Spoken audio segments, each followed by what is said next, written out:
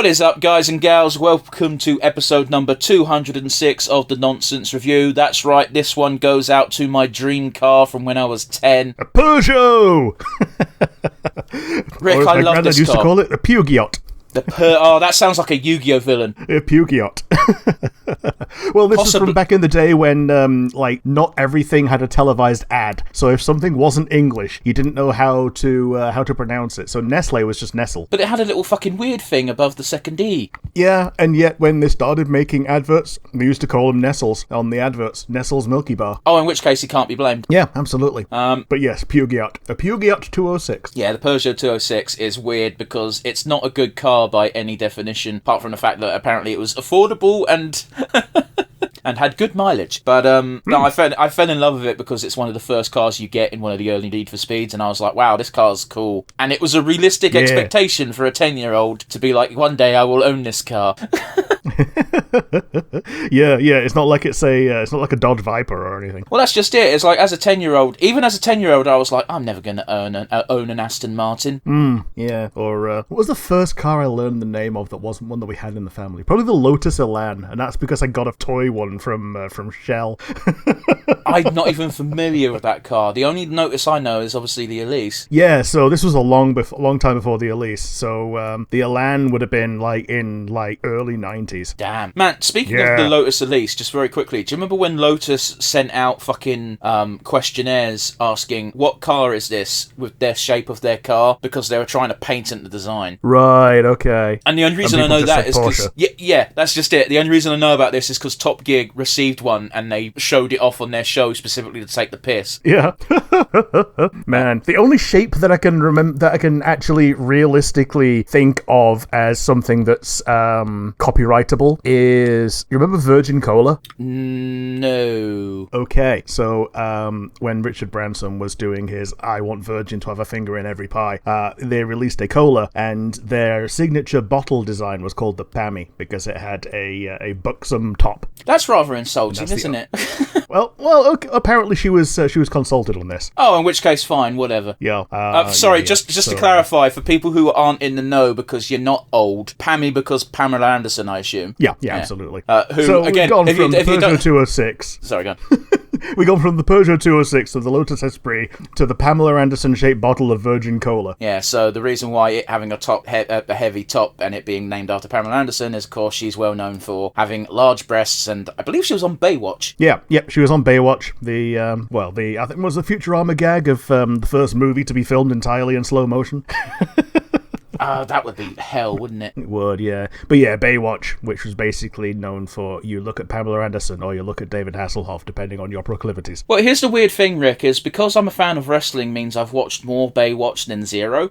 Yep. They've had like 2 or 3 crossover episodes. I believe with WCW, it wasn't even WWE.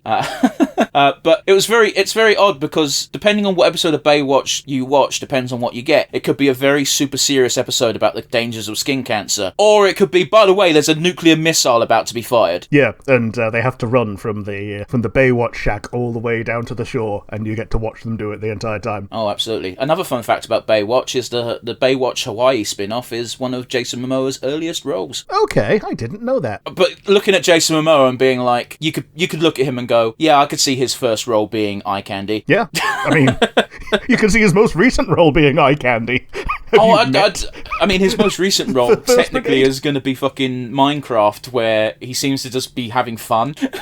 Yeah, fair enough. Oh, speaking of, I saw a more recent trailer for the Minecraft movie, and the more recent trailer looks way better than the initial trailer that we got. I gotta be honest with you, the initial trailer had me hooked because I was like, this is going to be shit, but in a fun way. And the revised trailer looks like this is going to be fun, but in a fun way, because it looks like more like of a Jack Black movie now. They may have done a Sonic movie swerve with it. I don't like that that's becoming a term in the common lexicon. And yet you know exactly what I mean. Well, yeah, because it's the most recent one that's done it. Yeah, but it's not common for things to actually listen to the fans on things like that. I think it is when it's a cash grab movie. A lot of execs are just... Yeah, fair enough. A lot of execs have just, like, stick their heads, like, firmly in the sand and sniff their own farts. Sure. Anyway, that was a long-winded way to say, hey, welcome to episode number 206. I'm your host, as always, Devon, and joining me eagerly, as always, is Rick. Hello. like, oh shit, yeah, we've not even said hello yet, have we?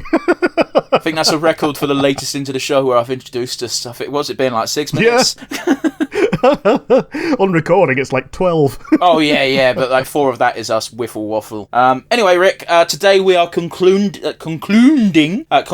our month of mystery by watching Columbo, the show that actually spawned us doing this in the first place, because you really wanted to watch an episode. Yeah, it's a case of I've never watched any Columbo, and I know you like it, so I thought it would be a safe thing to suggest. And the fact that we were able to spawn an entire month out of it, yeah, the month has gone pretty well okay. Yeah, I'd say so. We've not had any, like, just fun shows. Like, they're good shows we've watched, but nothing that's just like, oh, this is fun, I'm having fun. Does that make sense? Yeah, we've not had any upsets. Yeah, this is true. But yes, do you want some background information on Columbo? Let's go. Alrighty, first and foremost, Columbo is a very unique detective series. We won't get into the nitty-gritty formula of Columbo, because we'll no doubt talk about it when we're actually watching the show. But essentially, it's not a whodunit, and this is a comment I'm stolen off of YouTube, by the way. I haven't come up with this myself. It's not a whodunit, it's a how solve it. Yeah. It's seeing how Columbo finds out how to pin it on the correct person and things like that. Yeah, because as we know, the structure of a Columbo show is, instead of every other murder mystery having the resolution at the end, it shows you the crime as the episode starts. Yeah. So it's less of a whodunit and more of a howdunit, and it's like discovering like how to pin things on your gut feeling and all that. So initially it aired on the 20th of February 1968, which, god damn it, Rick, 1 day out from being on the anniversary of the first episode as of recording. Yeah, jam. Yeah, shame. It ran for a total of 69 episodes across 10 series. However, nice. Each series had a different amount of episodes. So much so that Series 6 had the lowest with only 3, while Series 2 and 3 are tied for the most with 8 apiece. Okie dokie. The character of Columbo himself was partially inspired by both a character from Crime and Punishment, which, by the way, the name was in Russian. I'm not looking into that. However, the other one is also partially inspired by Father Brown. Oh, shit, yeah, that was another one of those things that... oh, man, okay. So, when I was living in a shared flat, one of the things that the people had box sets of was Father Brown, and I didn't stick around in the living room for that, because it didn't really inspire me that much, but Father Brown and Cadfael were the ones that they had box sets of that I didn't care about. Cadfael, what? Cadfael is... I couldn't even tell you what it was. It's like a shit version of Hornblower. Oh, okay. That's a shame, because Hornblower's peak. Anyway. Yes. Yeah, so Father Brown was, of course, originally a series of books, and Columbo was based off the book character because the BBC show came much, much later. However, I have seen plenty of Father Brown, and considering how humble and bumbling Father Brown is, I'm like, shit, yeah, I can see elements of that in Columbo, now that I've been told it. Sure. Yeah, okay. Columbo himself is, of course, played by arguably the legendary Peter Falk, an accomplished television actor by anyone's standards. Yeah. He's rather famously quoted as saying, "Being chased by Columbo is like being nibbled to death by a duck."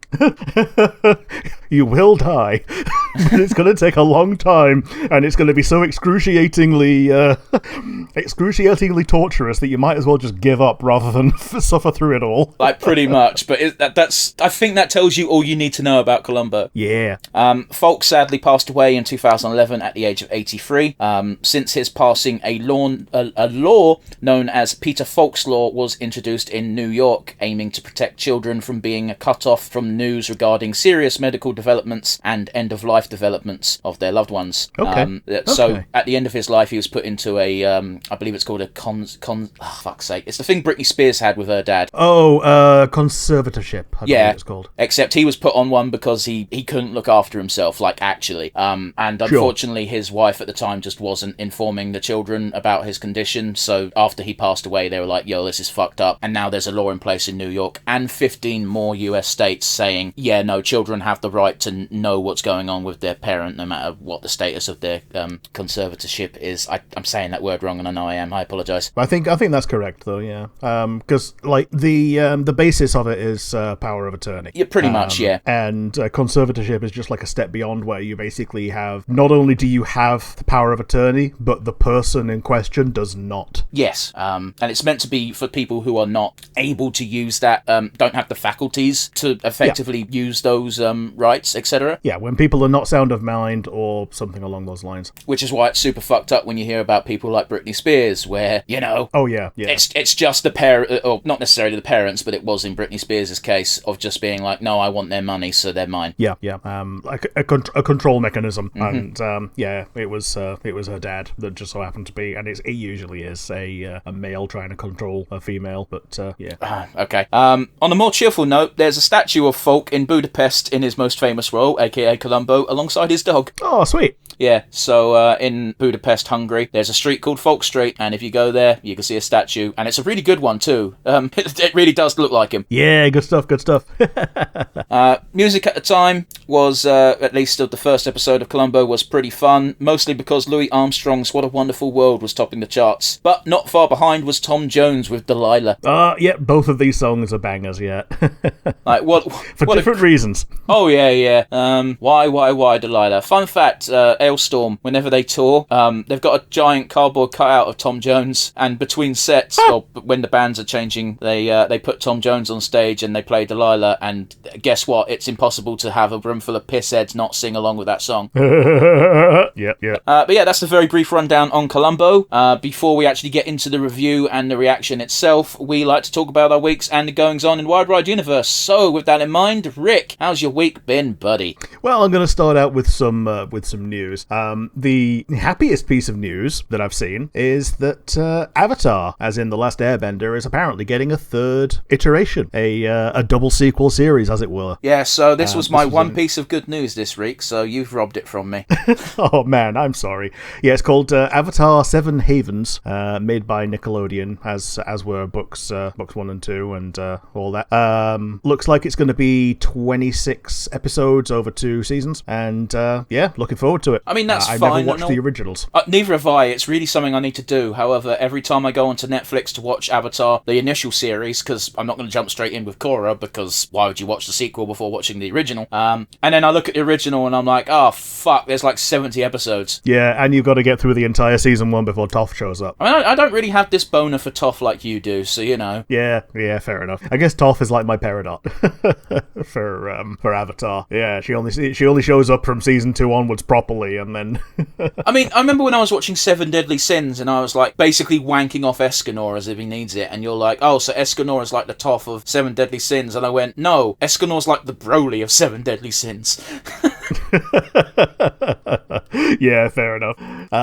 But yeah, looking forward to this. Other things, Jeff Bezos is tweeting to the entire Bond universe fandom, who should be the new James Bond? And the reason for this is that Amazon now owns James Bond. It's in this weird scenario where they kind of owned it already. It was just now they've got full creative control over it.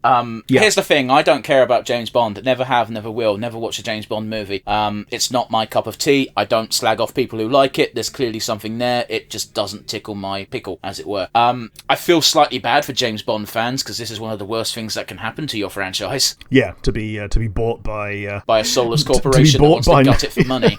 Because the thing is, I think the idea is that in another world and another set of phrasing, it would be MGM that owns the rights, but because Amazon bought MGM and Bezos wants to stamp his mark on things, it's now an Amazon property. That being said, though, Idris Elba. Yeah, like actually. The only caveat is if they class him as too old, then you'd want someone a little bit younger, but like I don't think he's actually that old, to be honest, is he? He's not that old. Like James Bond isn't young. No. I think the idea is, though, that they want someone who is seasoned, but not yet in their 50s, so that they can get a fair few years out of them until they get into their 50s, and then they have a late arc before passing it on to the next one. What should be fucking Tom Holland?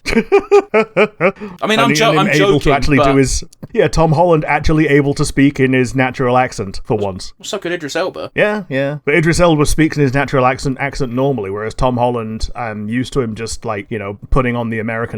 I suppose, man, but listen, if you gave me a choice between Tom Holland or Idris Elba over who should play the tough, suave spy James Bond, I'm gonna pick Elba every time. Yeah, absolutely. I'd even pick him over Henry Cavill. The problem with Cavill is he's too jacked. Yeah. And yeah, the last thing on my weekly thing is, have you heard of the Humane AI pin? I can't say I have. Do I want to? Okay. Well, it's okay because it's going to cease to exist soon. It was launched a few years ago, and the idea was that you pin it on your jacket or shirt or whatever. It does what the Star Trek logo does. You touch it and you tell it to do things, and it will spurt out some words for you. And it was a massive flop. It came out at $700. The company got bought by HP, and as of the end of this month, all of them are going to be bricked. How many people bought these? Apparently, during the launch week, there were more returns from pre-orders than there were sales. Okay, so not too many people are going to be affected by this, at least. Yeah. Anybody who's bought it in the last 90 days can get a full refund, but anyone who bought one before that is shit out of luck. Yeah, but anyone who bought it beforehand is probably had quite a bit of use out of it. Like, I think it's wank, but they probably used it for something. Yeah. The idea was to obsolete the cell phone, apparently, so that you could have like a Nokia 3310 and this, and have it do all of the AI stuff for you. But it's never going to beat a phone, is it? Because it doesn't have a screen. No. Like, okay, And, seriously, also, what was science thinking? And here's the thing, like, I prefer to use things that I can do silently. So, Just imagine, like, it's just not practical in, like, okay, if you're in a starship and you're constantly needing to access different ports and stuff, yeah, I can see that being useful. In the 21st century, are we 21st? We're still 20th, aren't we? No, 21st. No, 21st, I was right, fuck. As I said it, I'm like, shit, am I wrong? Yeah, in the 21st century, like, we've got no practical application for that. Like, there just isn't. Yeah, like, the number of times that all of your hands are going to be busy doing a thing and you very definitely need to get an answer to something right now is probably vanishingly small for all but, like, 6 people in the world. Again, my mind's just... It's a cool concept. Fucking useless, but cool. Yep.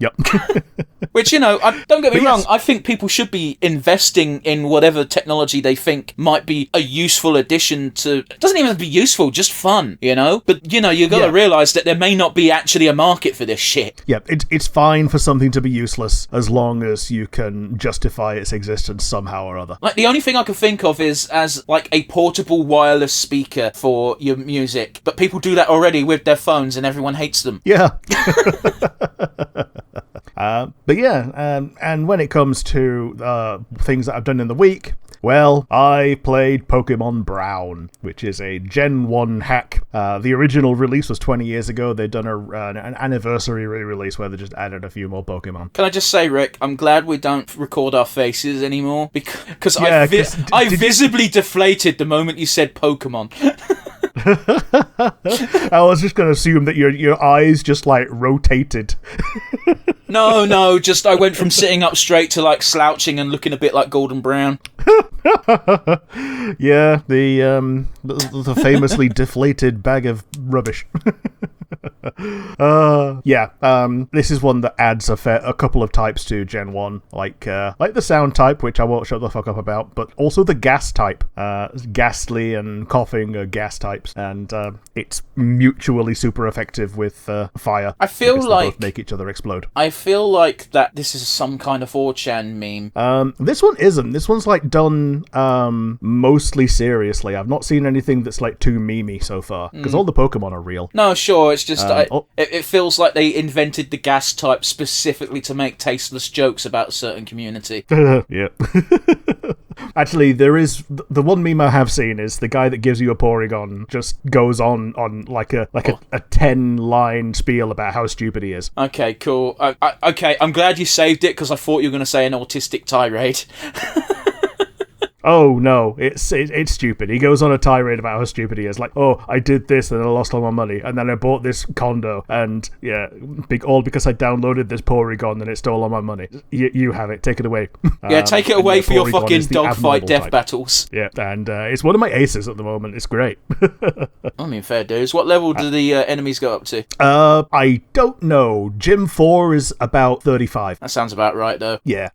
But yes, that's it for me. No, How it's about not. You? What have you... I know you did something else this week. What else did I do this week? You saw a movie that I haven't seen. Dogman? No, not Dogman. You told me you saw Captain America. I did see Captain America. Shit, that was this week. It was, and I haven't seen this movie, and I want to know one important thing, and that is, are there any surprises worth a damn in it? Outside the trailer, no. So like, it's literally just Red Hulk versus Captain America, yeah? Like, if you've seen the trailer, you know how it's gonna go. Like, the twist is how long it takes for the Red Hulk to show up. That's a shit twist. Yeah, I know, right? Because it's Captain America versus like threats, and then the Red Hulk shows up right at the end when he gets goaded into hulking out.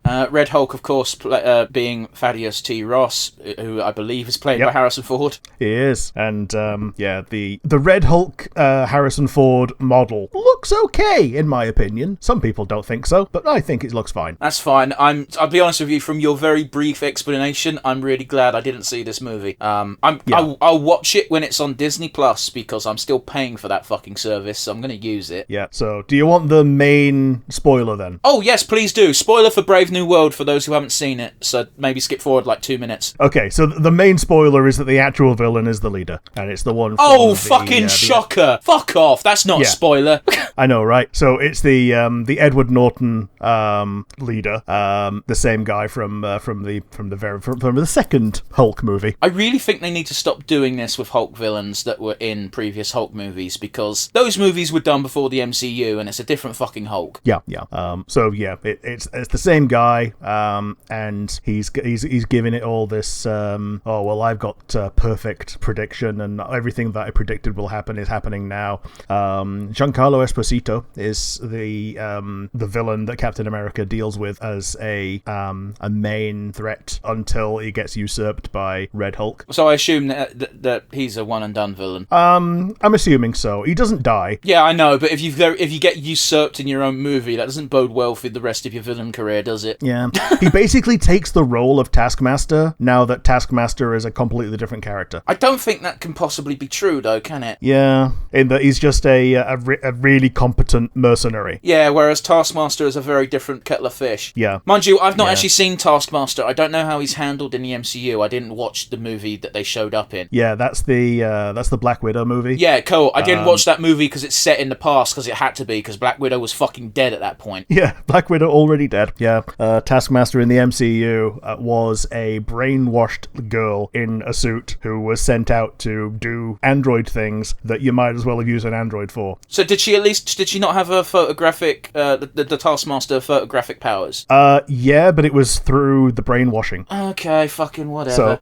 So they basically cleared out her brain so that all of her processing power of her brain went towards memorizing things the way that Taskmaster does. Okay, but that's kind of what Taskmaster does, though. That's literally he forgets things as soon as he's done with them, because otherwise he can't hold it all. That is his gimmick, to be fair. Sure. So they at least do that in a reasonable twisty way. Sure, fair enough. But it's like the youngest of three siblings if you count Black Widow as the eldest and Yelena as the middle one. This one's the littlest one. Again, it's one of those things where I find it hard to care. They really shouldn't have filmed a movie based around a character that was dead. Yeah, and we also get the Thunderbolts trailer with that as well, with the asterisk, because apparently I think Bucky says he doesn't want them to be called the Thunderbolts, and that's why there's an asterisk, because they don't want to be called that, but barring a better title. So that's the end credit scene is watch the Thunderbolts in cinemas later this year, dickhead. Not even. Bucky shows up in this one and he's apparently he's running for Congress or something. Fuck off. Yeah, I know, right? Which is weird because the trailer for the Thunderbolts was at the beginning of the movie, so yeah. Oh, I don't fucking know anymore. I was really excited for Thunderbolts the other year, and now I kind of don't give a shit. I understand why Red Hulk's in the Captain America film. Red Hulk is only here because they need him to exist for the Thunderbolts to make sense. Yeah. But yes, I've done my Marvel homework, and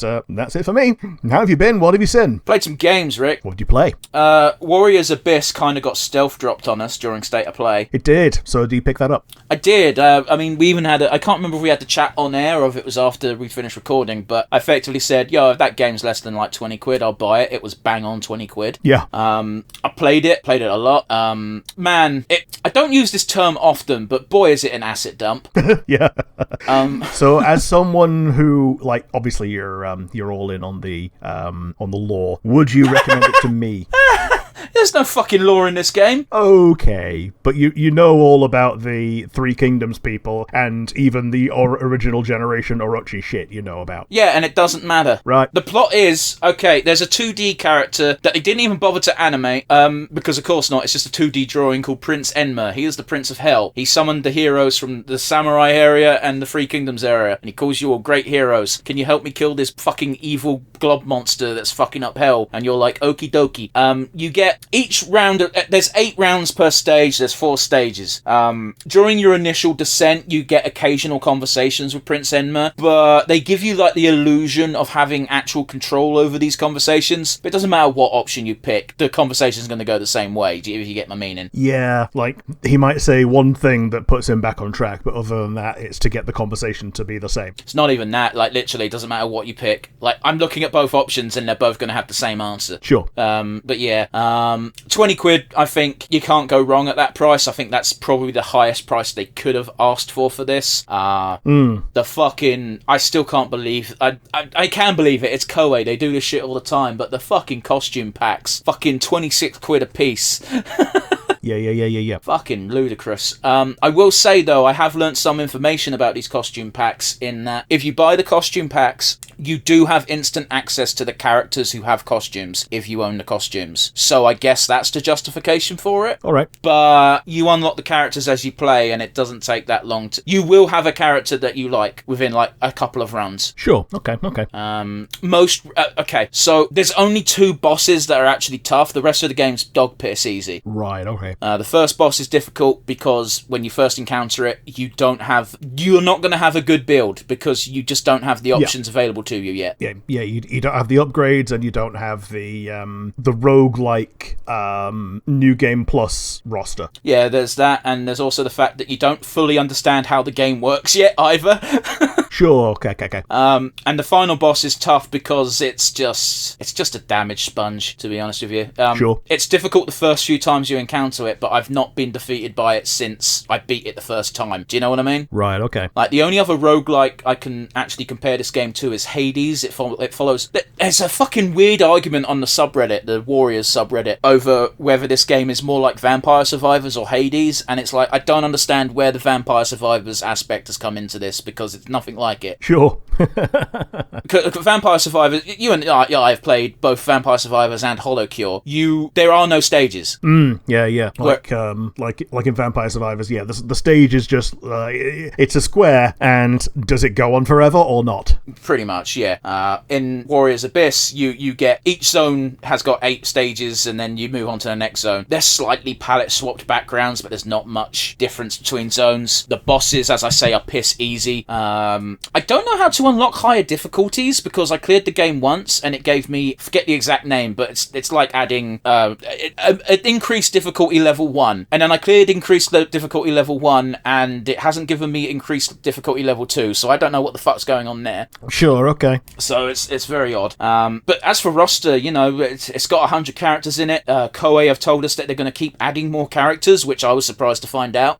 The very first update is in fact on the 25th, and it's going to add the core characters from the Jin Kingdom. Okay, I don't know what that means. Okie dokie. Jin, okay, originally Dynasty Warriors had Wei, Wu, and Shu. In Dynasty Warriors 7, they introduced Jin, which, I was going to say, as you know, probably don't know, Jin's the kingdom that eventually unified China. Right, okay. But they basically succeeded Wei, so for the longest time, Jin characters were just Wei. Okay. So, yeah. I'm following so far. And, yeah. But obviously, there's going to be a few that are, specific to the era in which it existed as a separate entity. Yes and no, and I know that's one of the worst answers to that question.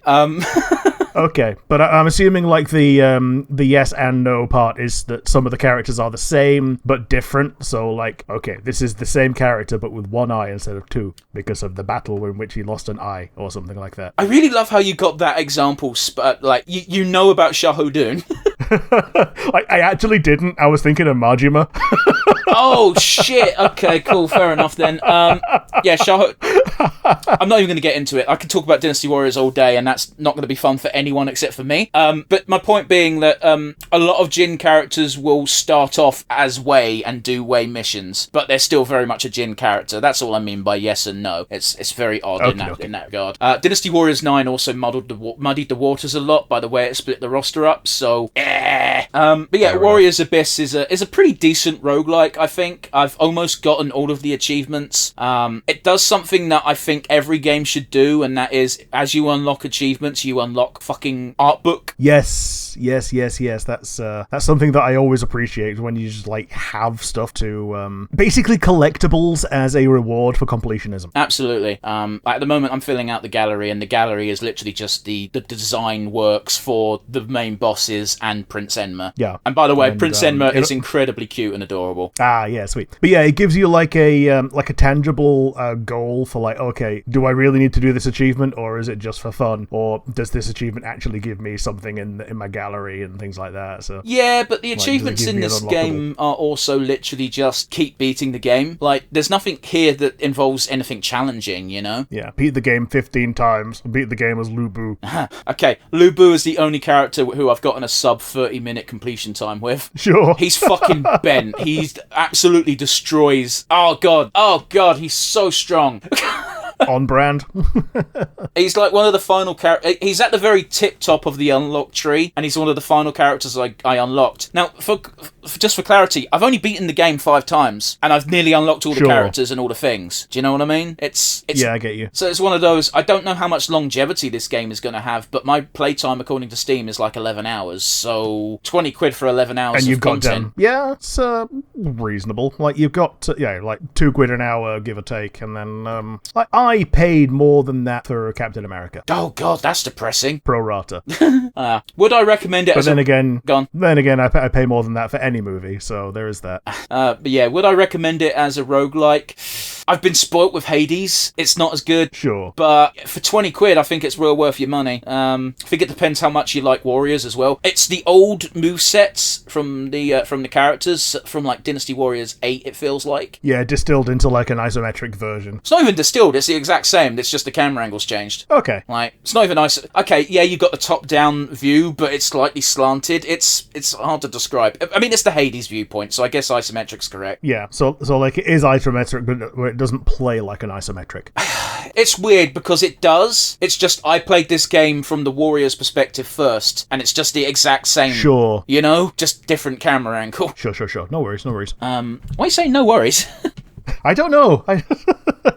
I feel like there may have been a blip on the radar and you were trying to cover it. No. I don't know why I said no worries. For the rest of your days.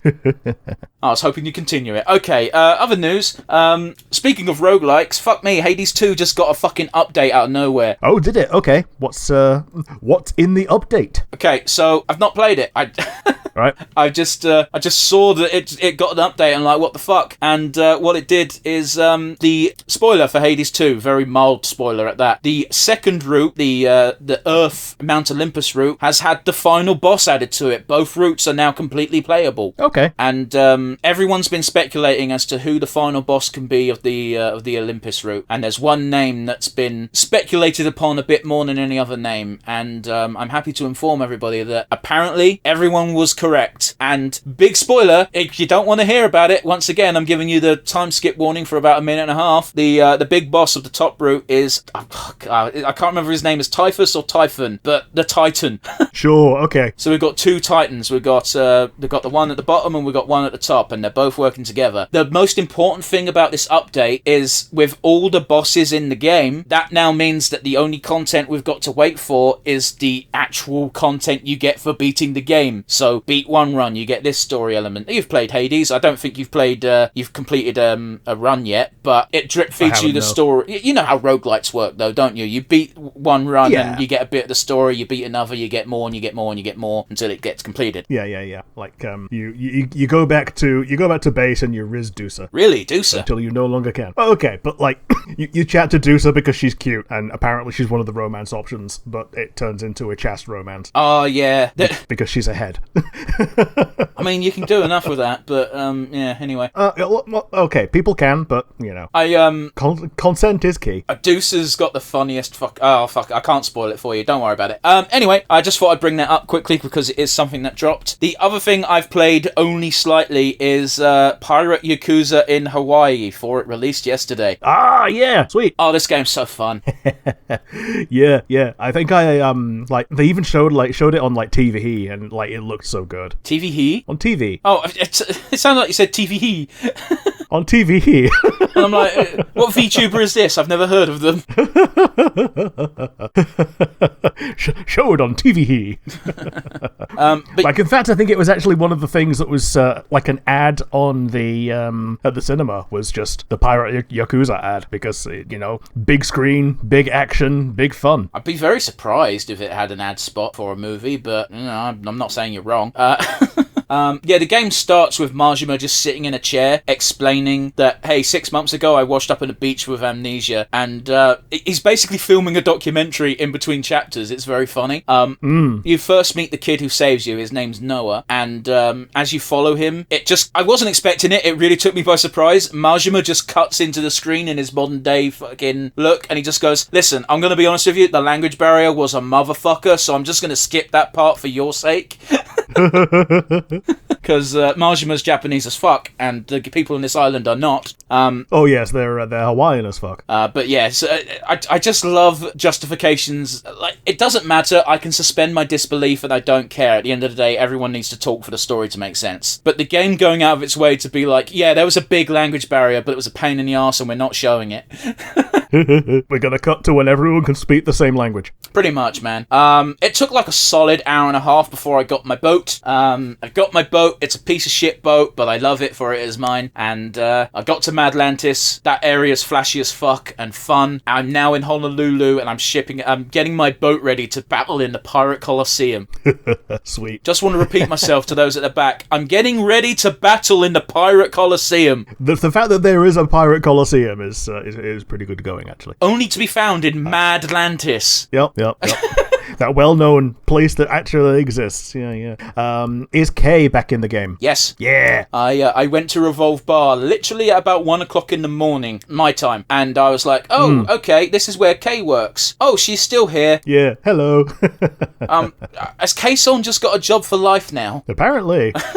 Yeah, we're meeting a lot of characters that we met in Like a Dragon Infinite Wealth, and they're just like, who the fuck are you? And it's like, I'm Majima, who are you? But yeah, it's a great game, it's very funny. The first thing that happened when we got on the ship was Noah started singing, and I was like, oh, that's cute, and then he stopped because he's like, oh, I'm embarrassed, and Majima being Majima is like, you're free now, sing! And I can only describe it as a Muppets Treasure Island-esque musical number occurred, which I wasn't expecting, and I'm like, yes, sign me the fuck up to this bullshit. Yeah, because like the only Yakuza songs that I know are Bakamitai and the Magical Princess Majima song. Oh, it's 24 Hour Cinderella, I believe it's called. Yeah, something like that, yeah. Oh, yeah.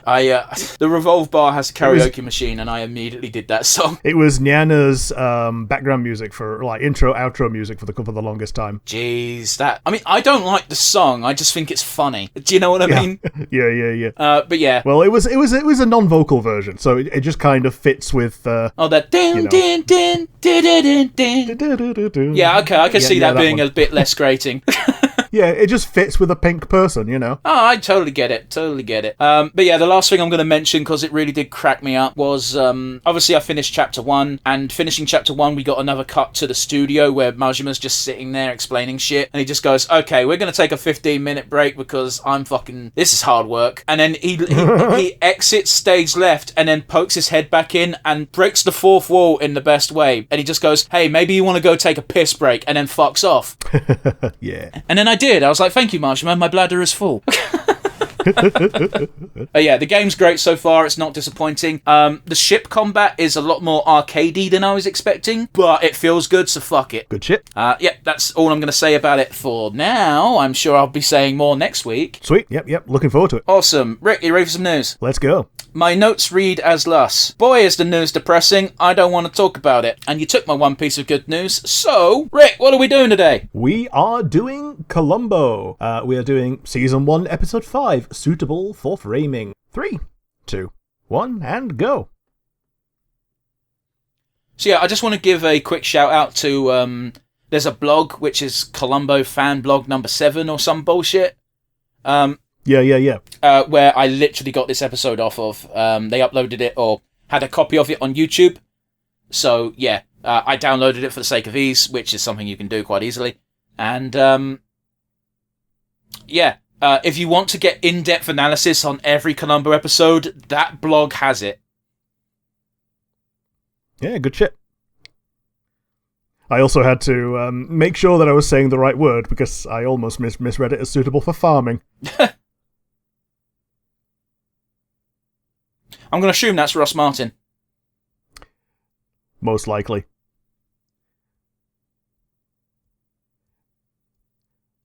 Oh, there we go.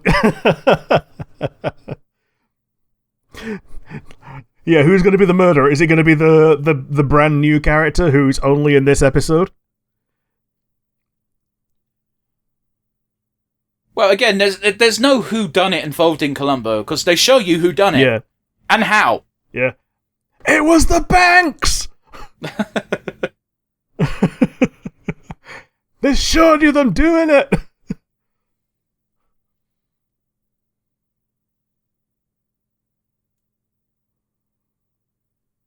That's a very convenient pose to fall down in when you get shot because it means you can just have a little rest while you're being filmed. Yeah. And it also looks like a character's just had a slump, you know? If someone else discovers you. Aye.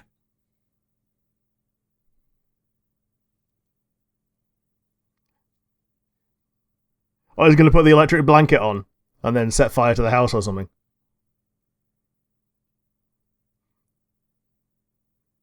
Electric. Keep zooming in on these creepy paintings. Like, is one of them going to have its eyes cut out and someone's going to be looking through the window or something? I mean, Rick, the episode title is suitable for framing. Yeah. All these paintings are in that what? Could just mean... Yeah, they're in frames. I assume that it also could mean that he's trying to frame someone for this. Maybe. I mean, at the moment, he's just clearly trying to make it look like a robbery.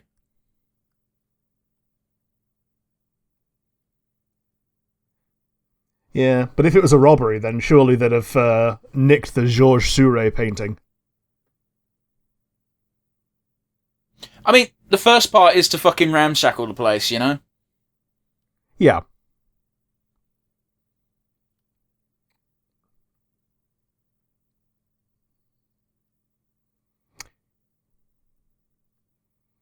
He probably also needs to break in. No, I'm going to politely slide open the door. Oh, okay, he's picking his own lock.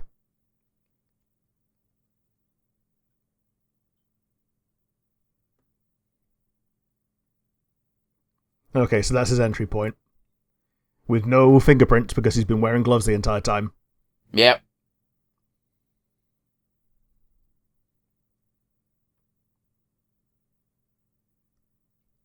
Okay, so if his gun is something that he uses as a plant, that's going to be incongruous with the entry point because the entry point has no fingerprints. So if he's trying to put fingerprints on the gun to frame someone else, then that's going to be a tell. Okay. I'm thinking like a criminal.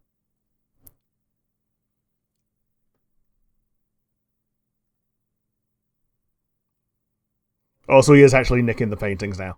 Well, bullets don't tend to have... Did he have a revolver? Yeah, he had a gun. Like, he killed the guy with a gun. I know he had a gun. I'm asking if it was a revolver, because if it's cartridges, then fingerprints aren't going to be a factor. Sure. If it's a revolver, I can kind of see your logic, because, you know, you got the shell casings, but even then, just pick up the shell casings. Sure, yeah, fair enough.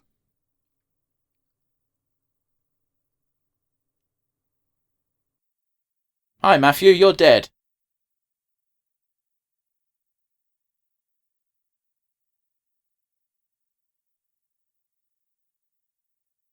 This is very sinister music, isn't it?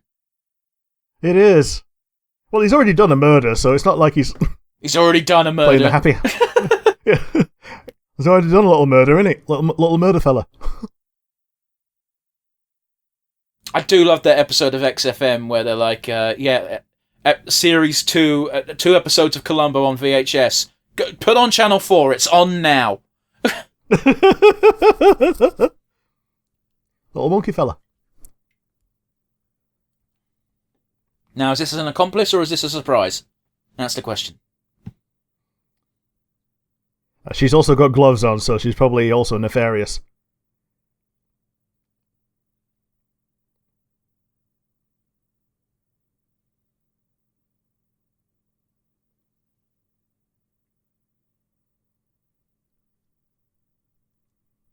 Now, the trouble with something like this, when one of the people is ready to kill someone for the benefit of this, why would you work with them? Because, like, if they're willing to kill one person, they're probably willing to kill you too. It's just one of those things where it's like, escalating burglary to murder is always a big fucking step. Escalating anything to murder is a big step. Well, yeah. Even, like, assault to murder is a big step. You might not be in control of it, but, like, there's a massive difference.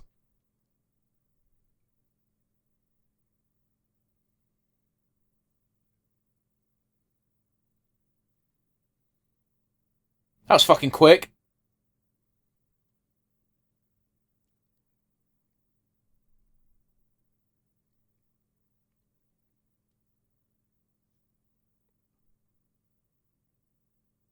I love you, you dumb broad. Yeah. Good bit of evil love. There we go. I don't know, man. She doesn't seem all that into it. What is it with these old school paintings and the weird fucking faces? I don't know. Like, I think somebody who was painting had never heard of a cheekbone. So you get these weird flat faces that look a bit like thumbs. I mean, saying that, Rick, you can't see my cheeks. My cheekbones, okay. I should say. Okay, but you have them. You can feel them. Okay. As opposed to those where it's just a completely flat face that looks like it was drawn on a spade.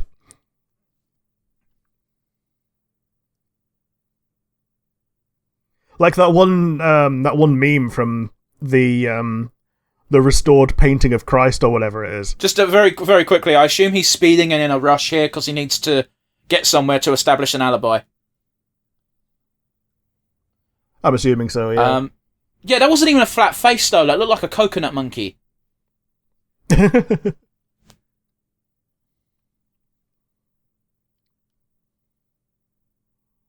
5,000, shove it up your jacksie. Man, me and a mutual friend of ours, Rick, were having this discussion literally the other day where he said, man, I think I like art, I don't like modern art. And I'm like, yeah, but that's because modern art is just a fucking money laundering scheme. Oh, yeah, like art always has been. Because, like, even art that's made for its own sake and for self-expression and all that, like, the money in it is always money laundering, like, scam.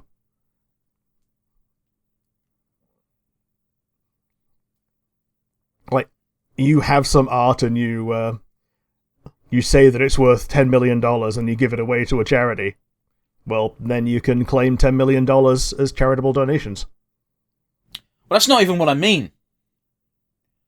I mean, literally... it's going to be annoying to describe this. When someone buys art for a huge amount of money, that huge amount of money is now clean as opposed to dirty. Yeah, okay. Because it's establishing a paper trail for the money. Yeah. Where'd all this money come from? Well, I got all this money from selling this statue. Do you get me? Yeah, totally. This guy looks like he should be in the middle of a desert fucking smoking peyote. He does a bit.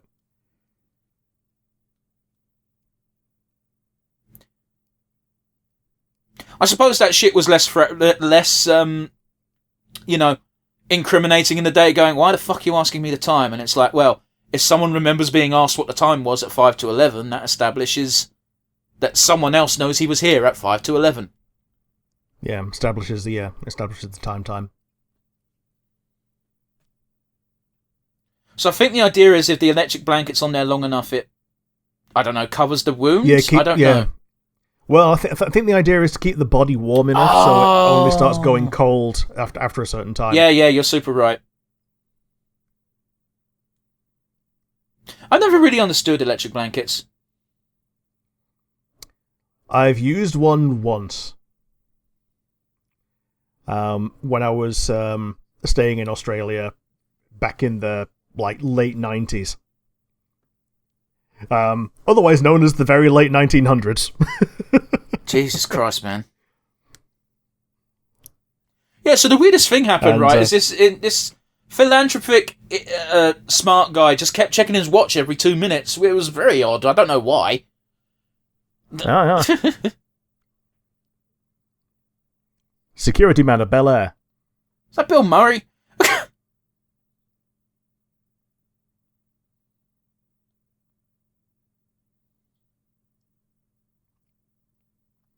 I mean, very clearly not Bill Murray. I was making a joke, but from that one angle, he did look like it. Slightly, I suppose, yeah. Why would he be here, though? I mean, this is got to bear in mind, this is the late 60s. If a security guard existed, they'd have rounds. Sure, okay.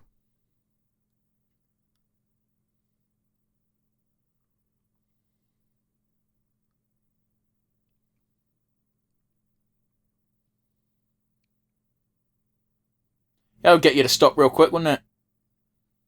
Yeah, it would, wouldn't it? Unless you're at Ted Nugent's house. Is that joke in poor taste? Well, to be honest, I don't know the guy. I don't know the lore of Ted Nugent. You know what? Don't worry about it. We'll just say it was fine. Yeah. I'll just assume that it was funny.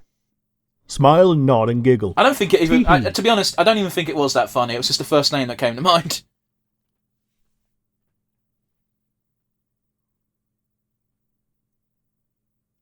The fuck is up with that sting? Did you... Just someone fucking playing with a ruler. It's still going. Rick, someone was paid money to make this score. Yeah.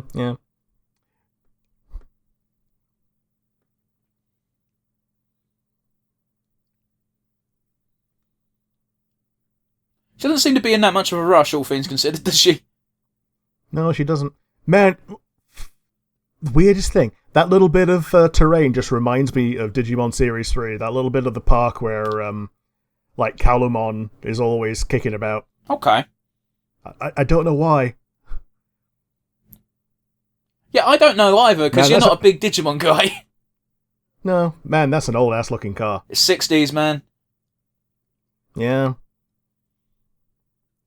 It went before she started as well. Jesus Christ, that fucking sound reminded me of... Do you remember the Aristocats? Yes. Do you remember the fucking car that they had to wind up to start? Yeah. It sounded like that. Okay, by the way, we're 13 minutes in and we've just seen Columbo for the first time.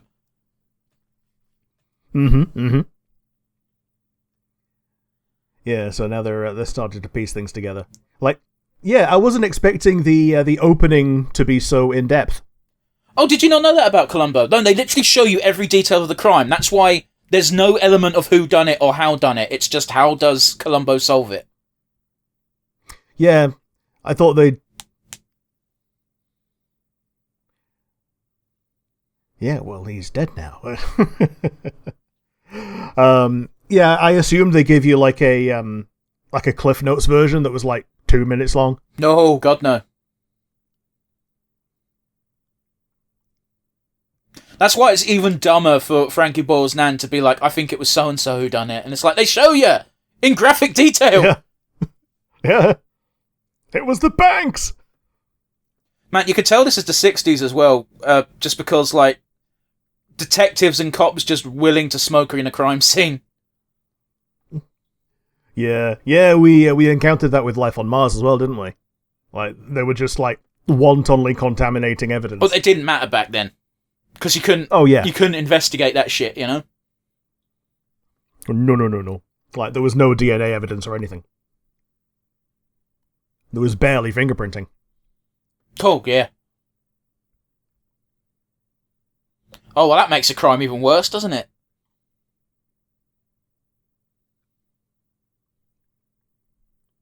So, because you didn't answer me, Rick, I'm going to assume you didn't hear it. Yeah, bit damning. So, yeah, so he's going back to his wife now.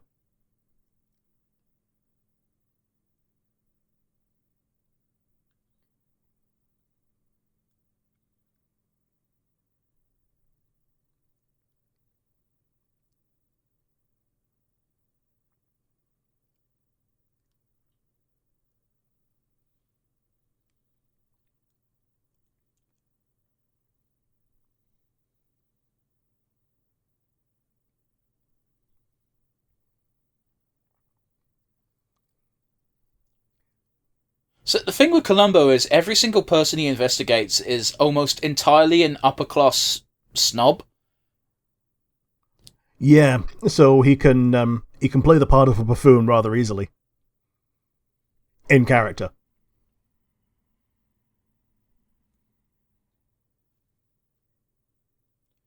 Oh, another fun fact as well. Columbo's never actually named.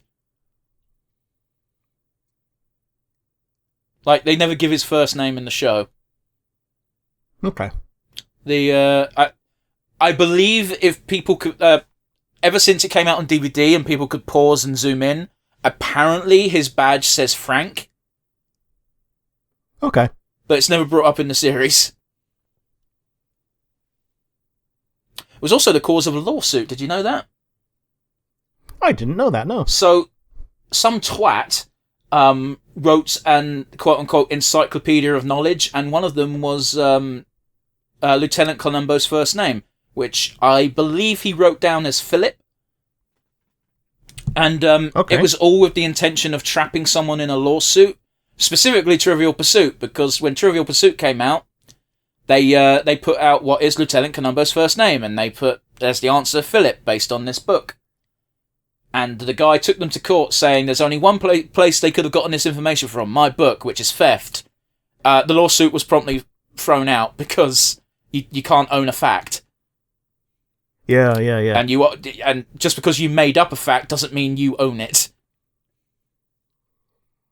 Yeah, like, because otherwise that would be just like due diligence of research, really, wouldn't it? On the part of Trivial Pursuit. Literally.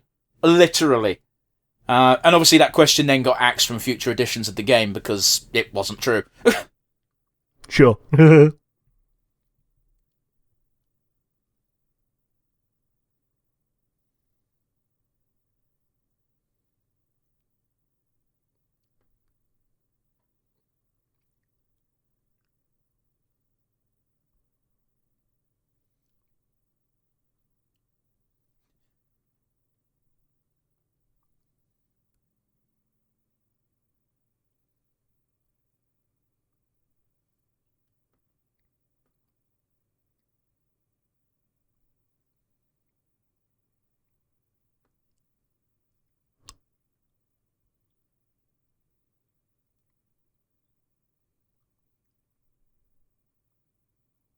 Yeah, to know exactly what was here. Yeah. I got completely distracted by the unnecessarily sexy cop. Yep.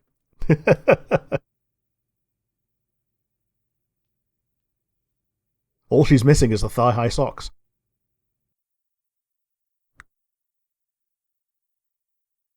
Dude, I remember watching a reveal scene from Columbo, which involved like a snooker table. And someone was just saying how, like, could you imagine, like, the background cops just being like, "Hey, can I have your Thursday shift tomorrow evening?" And the guy's just like, "Yeah, sure. Why?" It's like, "Well, Columbo's doing a bit, and I really want to watch it."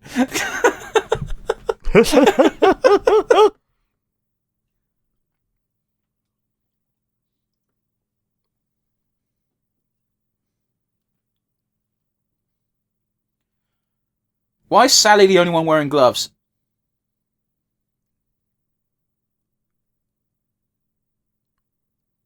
Apparently Sally's the only one with standards. Well, also, the guard heard the person leaving in high heels. Awesome! I was talking about gloves. Yeah, gloves. But like the reason they got Sally running away is because she's also in high heels. Okay, cool. I didn't ask that. I said, why is she the only one in gloves? Yeah, I don't know.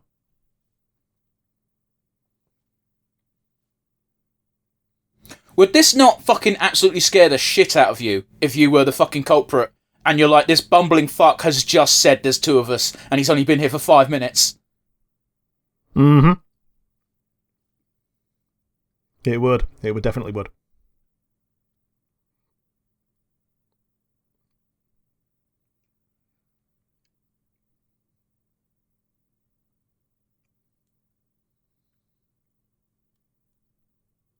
That is the first question, isn't it? I'm just going to assume you can't hear me half the time, Rick. I mean, yeah, it is the question, isn't it? Like, you, how do you, like, look? It's not even money laundering at that point. It's fencing, something like that. Yeah, but it's fencing a high value item, and there's only one of them, so Yeah. So I guess they do the Madarame shtick. You go, oh, it was stolen. So I've made a bunch of fakes. I've recovered the real one, but I can't let it go on the open market. So I'll let it go to you for a special price. right.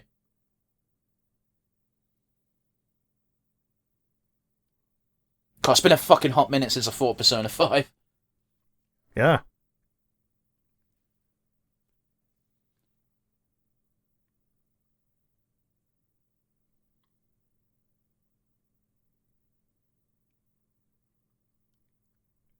For a second there, it looked like I saw a tattoo, but that can't be right.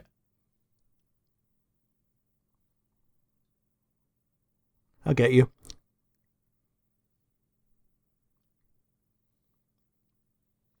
Shouldn't combine medicine and alcohol. This is one of the basic living lives 101. I said words, some of them were right. Living lives. Basic life tips. Ah, yes, painting on a painting with no paint. Rick, shut up!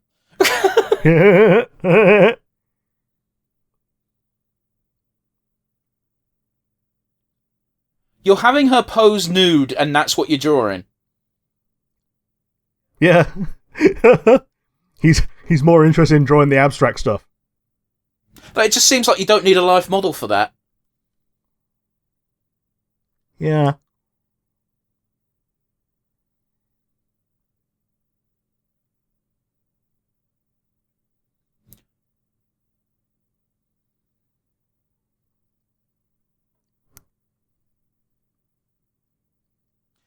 So that's immediately like a red flag, right? Yeah, I'd say so. And Columbo probably clocked it and is just keeping it in his back pocket. Yeah. He would look right at home in like a gay fucking porns movie, right? He would, yeah.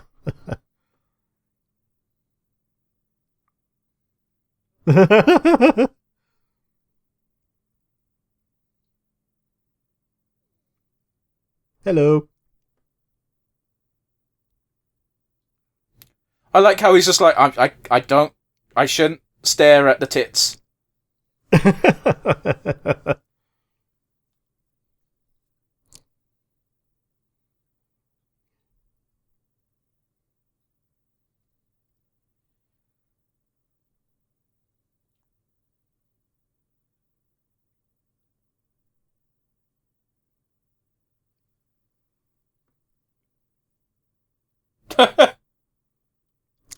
Just in general. What if I slip a 20 down your down your tank top?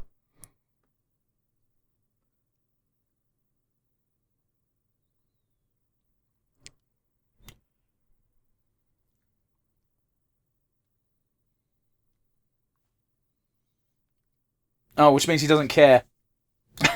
Yeah.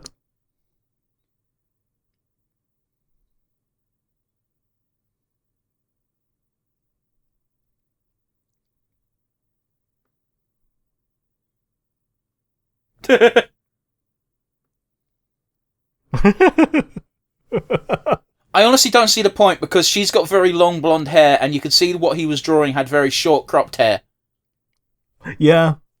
Yeah. And like, Sorry. of her, 1 second. Fred Jones. I know, right? All he's missing is the ascot. But yeah, sorry, I didn't mean to interrupt.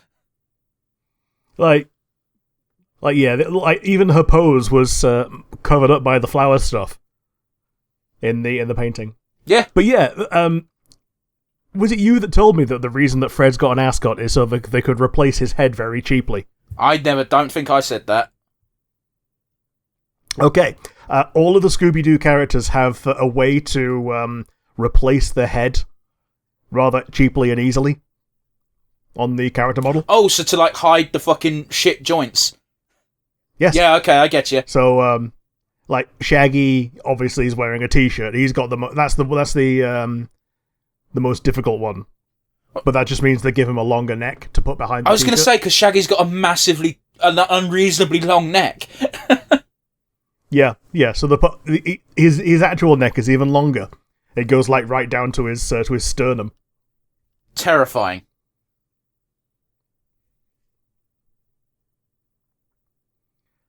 But yeah, like Scooby and Scrappy have their collars.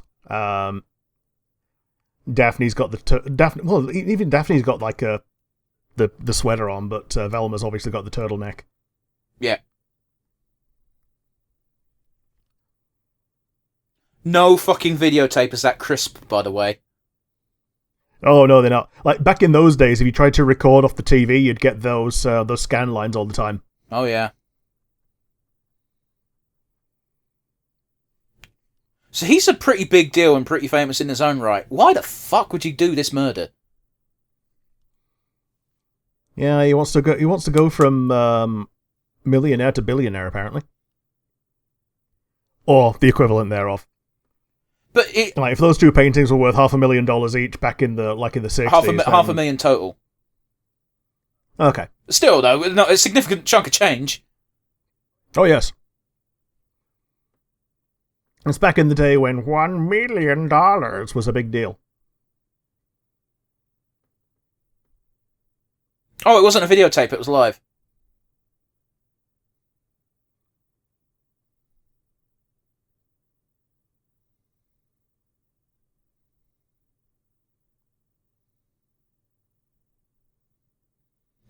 I mean, he's not wrong. Any contact you have is incriminating.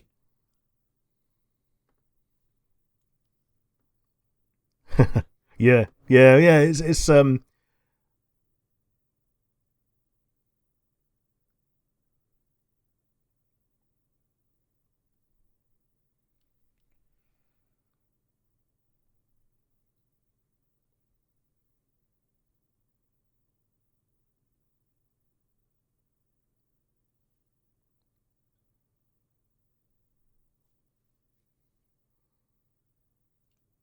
What an annoyingly busy man. Yeah. No, he leaves the phone alone so that Columbo can call 1471. I think they had operators back in the day, so that might not have worked. Yeah.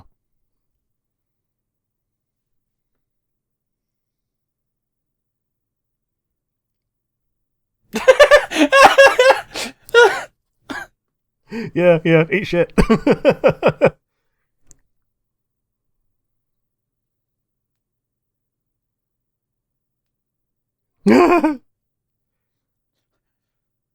I want to melt your face, is what she just said.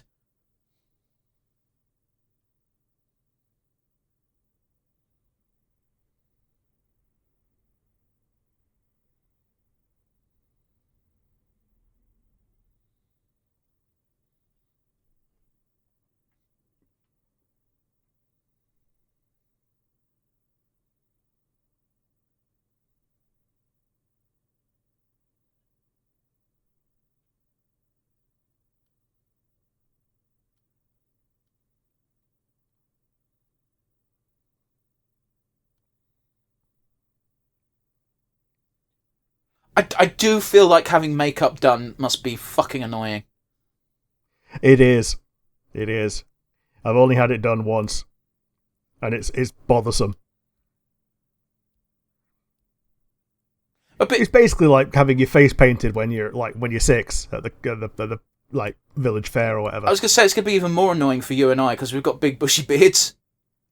Oh, it was before I had a beard. Oh, so you were 6. Yes. Oh, well, I'm older than 6, younger than 18. But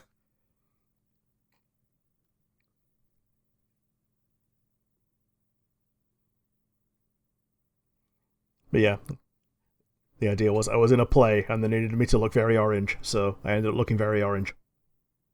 That isn't makeup, that's just face paint at that point.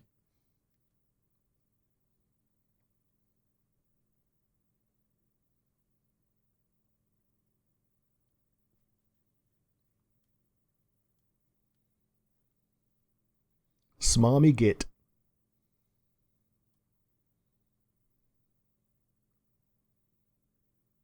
God, he's such a prick, isn't he? Oh, God, you want to punch him. Not Columbo, the murderer.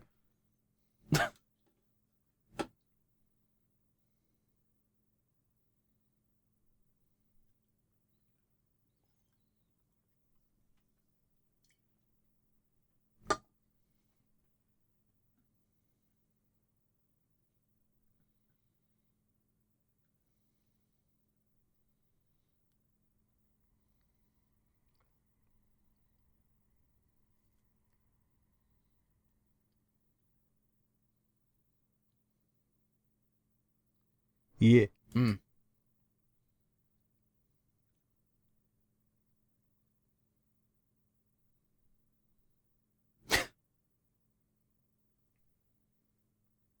Wow. Very unusual that you remember the exact time.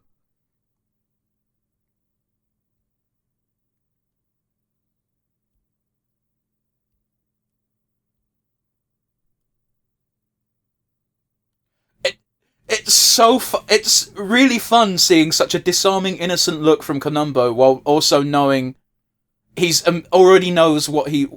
It's so right, being nibbled to death by ducks. Yeah, yeah, it's when Columbo already knows something.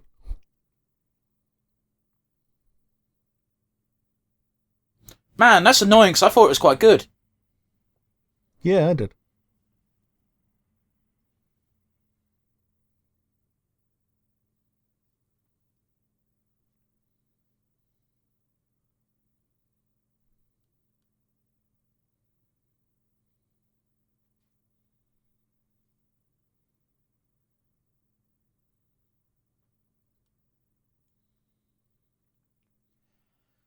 I mean, isn't the best review of art is just a term... Like, it's a very simple phrase. Art is subjective. Yeah. It absolutely is. And, like, the only, like, other review that you can give about art is, to tell the viewer how it made you feel. Exactly. Because, like, it's just an interpretation of subjective art, you know? I mean, sure, you can review the technical levels of things, but just because something's technically poor doesn't mean it's not a good piece of art. Yeah. Yeah, something executed poorly can have a more valuable message.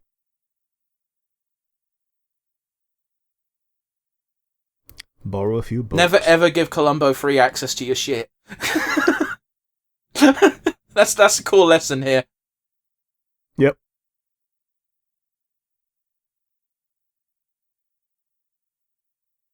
That was a weirdly fucking smooth transition while also being really jarring. It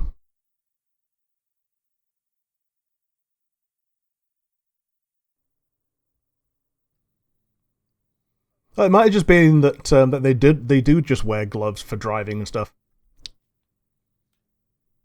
Maybe.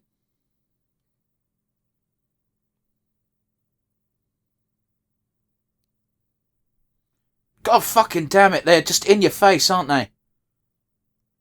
Yeah. Yeah, good stuff.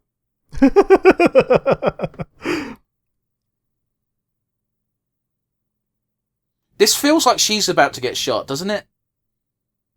Oh, definitely. Oh, you can see her fucking nipples. Yep. I'm not criticizing. Yep, I'm yep. sorry. So- I don't mean to be like. It's just right there.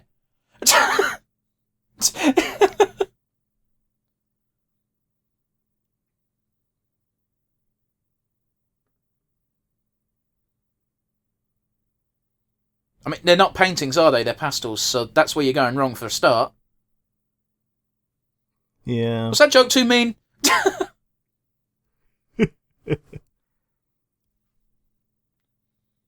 She's an accomplice in a murder. It's fine. We can take the piss out of her. Jesus Christ. Yeah. I remember those folders when I had GCSE art. Yeah, I had one that was I bought one like secondhand from the the school store, and it was painted over with a Foo Fighters logo. That's cute. It was, yeah. I want to point out I'm not good at art in any sense of the term, but I did do. Oh, was it GCSE art?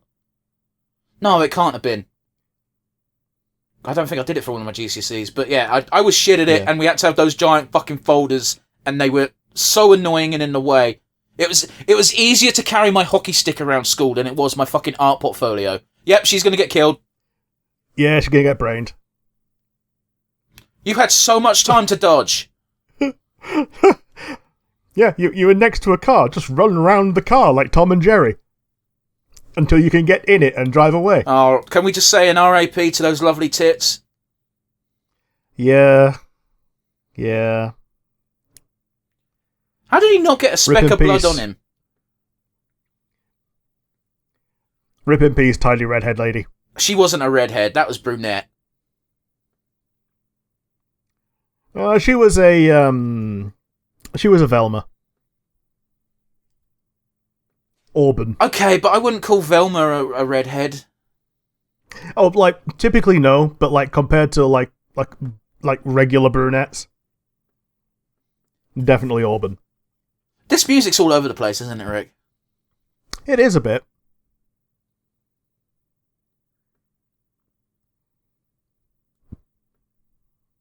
I want Columbo to just be sitting there. Oh, yeah, there we go.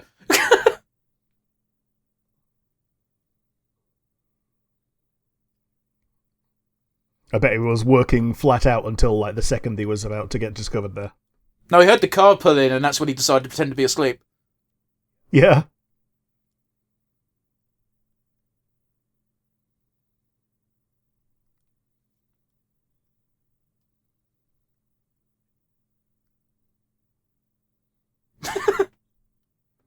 How did he lock himself in if he left the key under the mat? Well, he didn't lock himself in. You don't need to lock the door for the door to be unopenable. Oh yeah, latches and all that.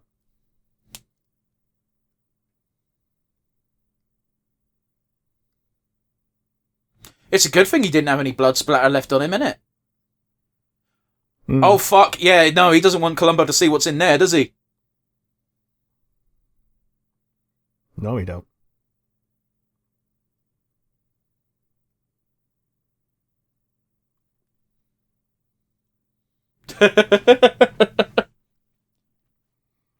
Please, you're about to rumble me. Oh. Now, we're only halfway through the episode. You can't rumble me until the end. I was going to say... Now, Columbo is a detective, so that means he does have a gun. Yeah. It's always a good thing to consider when putting himself in these, we know as viewers, technically dangerous situations. Yeah, don't fight the person with the gun, because the person with the gun has the gun. That might have just saved Columbo's life, actually. Oh, absolutely.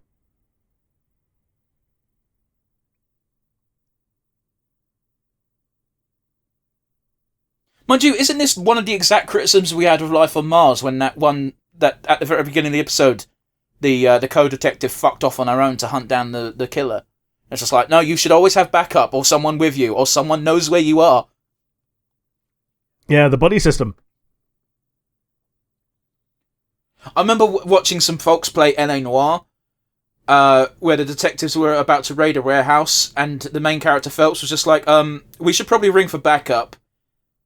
And and the guy whoever was just like, don't worry about that, Phelps, we can take it.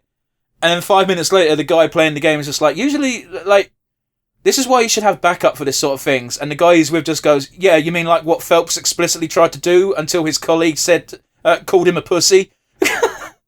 Yeah.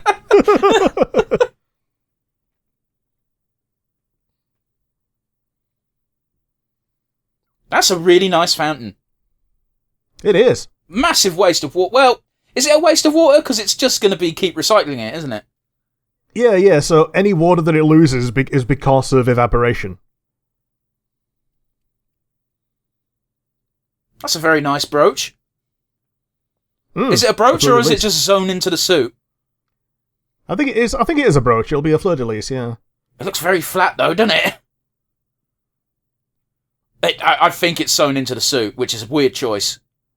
Because it bends with her shoulder. Do you see what I mean? It does, but if it was that shape, then that would be what it was anyway, so... Maybe. We'll never know. It looks three-dimensional to me. Yeah, but so did my patch. One of the guys in the back... If you've got a patch on you, it's going to be a bit more 3D than the rest of the suit, you know? Yeah. One of the guys in the background there looked like John Wilkinson. John Wilkinson? The rugby player? The comedian. Oh, the comedian. I'm thinking of Johnny Wilkinson. Yeah.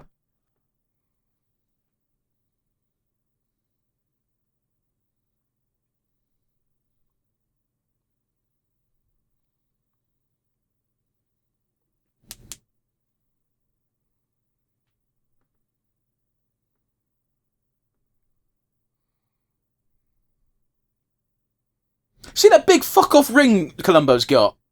Oh, it's not a ring, it's a cigar, that's why. Oh, yeah. Well, obviously he knows. He knows who painted that.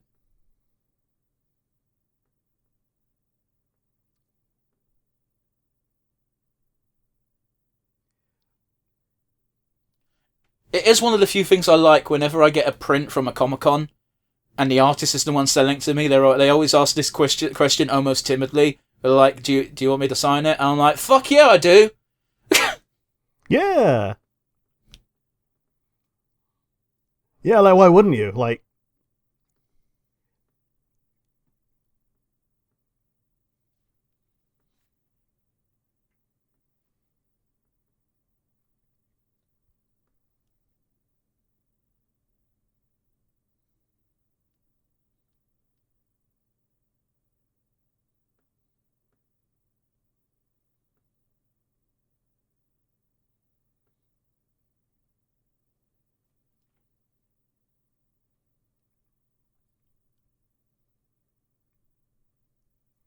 Oh. I know it's a fictional character, but I do now retroactively feel very bad for only focusing on her nipples for that one scene. Yeah, but, like, they were front and centre. They were. This one's front and this one's centre. More women should be comfortable with having their nipples show. Yeah. If they should choose. I'm not saying they have to show nipples, but it would be appreciated. Yeah, normalise. I'm just saying, you see it with dudes all the fucking time. It's like, it's a bit cold and you've got that one chap who's got really fucking... You're just like, fuck, dude, like... Wear some pasties or something.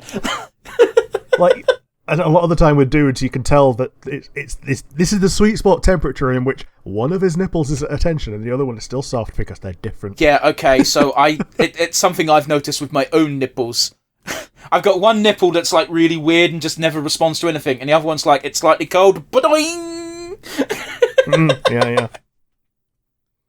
Yeah, you've got the hair trigger one and you've got the Snorlax one.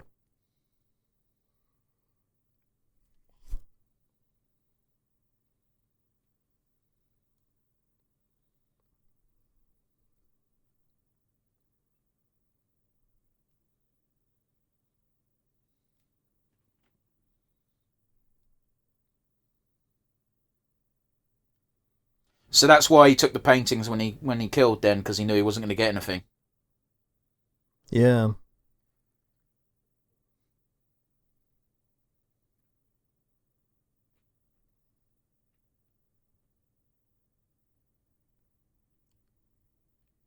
The fuck has she got in her hair? I don't know. He looks like such a weird hair assistant. Hair accessory. It's clear. I can see why it died out as a fashion choice. I'll put it that way. Yeah, it looks like a flannel. A flannel, fuck. As we all know, flannel was used for two things: lumberjacks and apparently hair accessories. Yeah. Apologies if it comes up on mic. What... I was just moving my table slightly so folks might hear a little bit of a rustle. Well, flannel is also what they call a face cloth up north as well. Flannel is what I used as a cloth when I'm... Oh, fuck, I burped. I'm so sorry. I'm so sorry. Cloth when you're burping. I didn't know that was going to happen. It just fucking came out of me. I do apologise for anyone whose ears were just assaulted. Fuck. What was I even saying? Yeah, a flannel is just what I use when I'm washing general, like pits, bits, everything.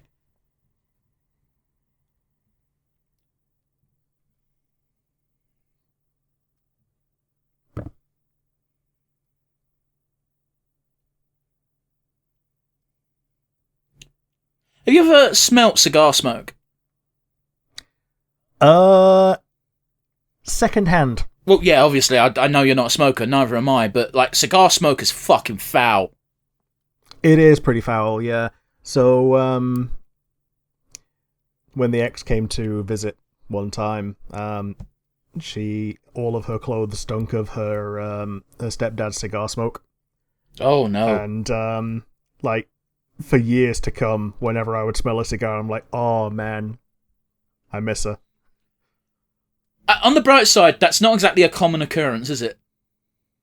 Oh, no. Exactly not, yeah. They used to sell cigars at Spoons.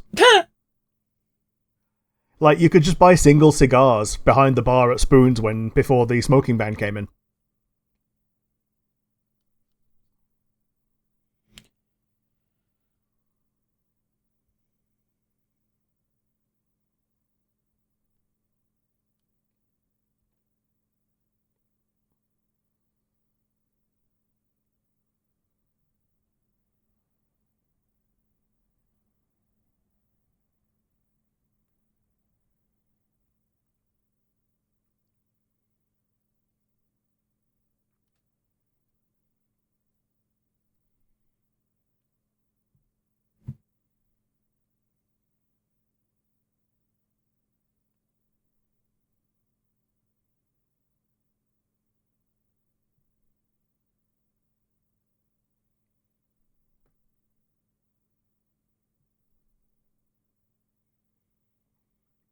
Man, sorry, this exchange is actually enthralling.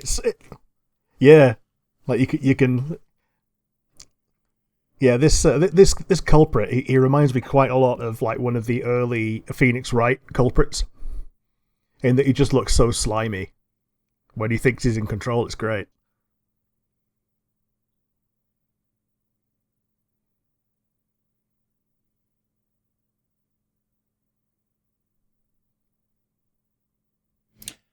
Looping back to cigars, I've only smelled cigars once ever, and my dad loves horse racing. Or loved, I should say. Yeah. I also quite enjoy horse racing. I don't go anymore, but I used to. I probably shouldn't say that. I was going to say where I live near. Well, there's horse tracks all around the country. I know, but I was going to say the specific one, and I stopped myself. I live near a racecourse. Once there, obviously they film at racecourses because they're presenting things. And John McCruick was filming a thing, because for those who don't know who John McCruick is, fucking conservative bastard, but a working class one. Yeah, he's like the racing pundit. Yeah. And lovely guy, surprisingly, despite coming off as a cankerous old fuck every time on screen. But me and my brother and my dad all went up to him and we were like, can we get a picture of you? And he was like, oh, yeah. And fucking lovely guy, as I said, fucking dunk of cigar smoke. It was foul. Always had one on the go. And those big fat fuckers as well, not the fucking small, relatively normal ones Columbo's smoking. Yeah, like proper cigars, not cigarillos. Yeah. Like a Cuban. My God, she looks like Margaret Thatcher. She does.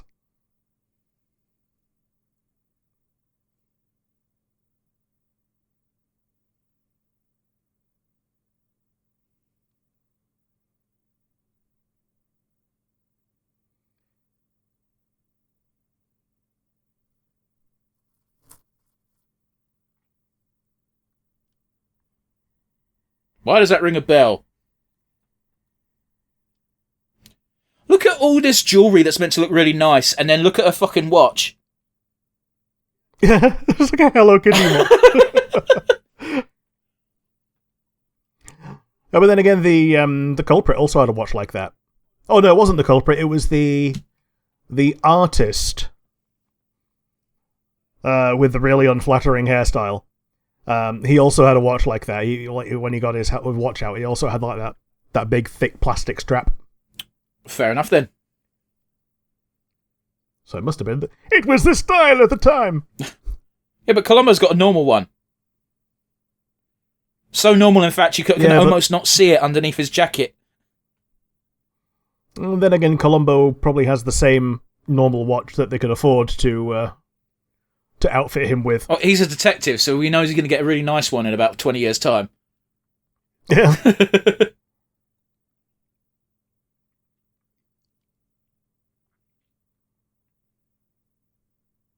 Columbo's clearly bored shitless. Yeah, you can see his eye wandering when he clocked out.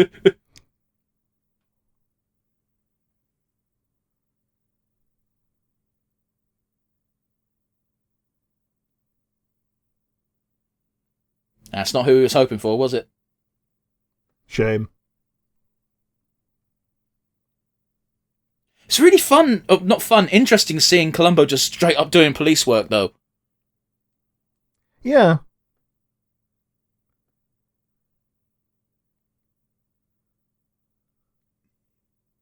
Ladybugs. Yeah, you can get ladybugs. You can just like import them. You can now. You probably couldn't in the 60s. Yeah, I know.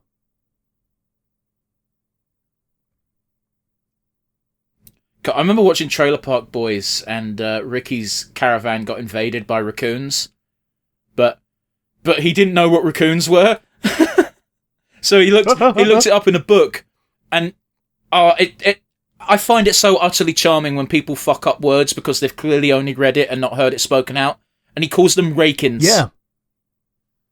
Rakins, yeah. And I'm like, yeah, so... again, yeah. Yeah, Go on, sorry. I used to, like, similar to that. Like, I used to, when I was younger, like, pull people up on that, but, like, I've learned very hard in more recent times that, yeah, when someone pronounces something wrong, that's just a statement that they read. It's one of those where I've always lived by a philosophy of I don't care how people pronounce shit as long as I know what they're talking about. Yeah, yeah. Like, obviously you and I know about lasagna, but if I'd have read I'd have read it before I saw it, before I knew about it, I'd have said lasagne. Do you know what I mean? Yeah, yeah. Yeah, yeah. Or ladies lingerie. Yeah. That sounds like a really bad fart.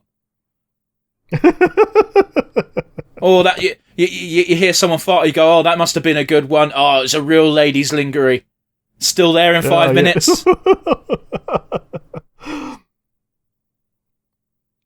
A permeating queef. Oof.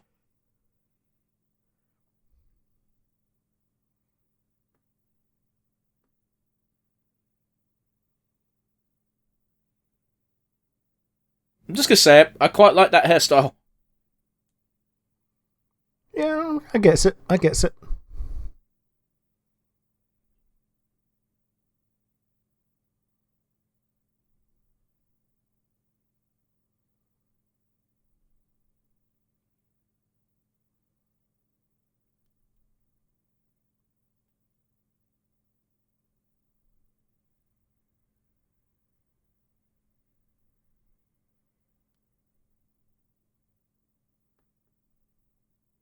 Ah, so he's inflating his own achievements.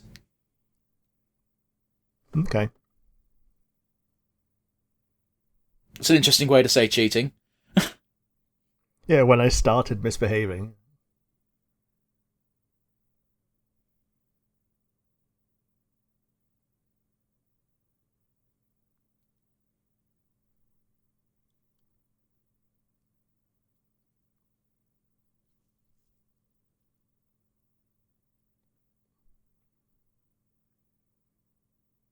He wants them to go to a museum? Hmm.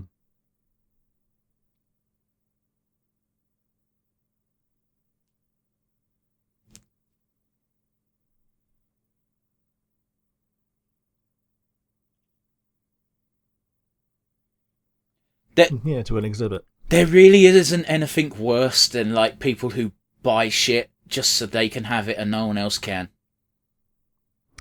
I know, right? Oh.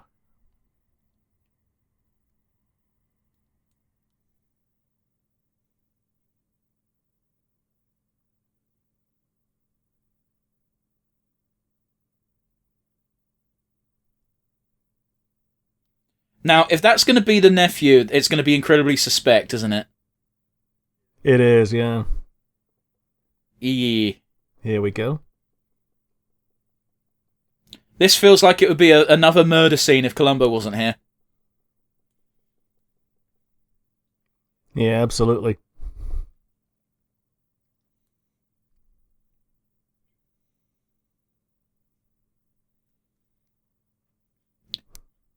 That is interesting, though, isn't it? Finding a gun on the scene, because that immediately goes, why would someone throw the gun away at the crime scene unless they were Planting, yeah. Yeah. Or not. Yeah, planting or indeed framing, as it were.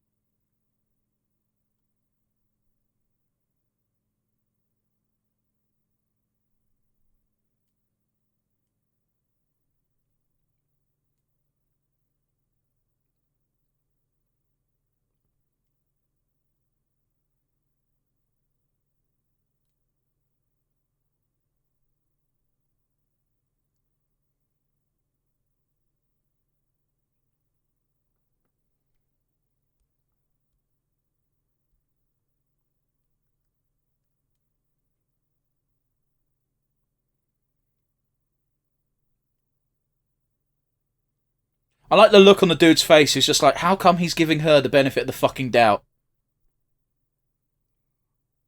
Yeah. Like you say, nibbled to death by ducks. Yeah. I didn't say it, Frake said it.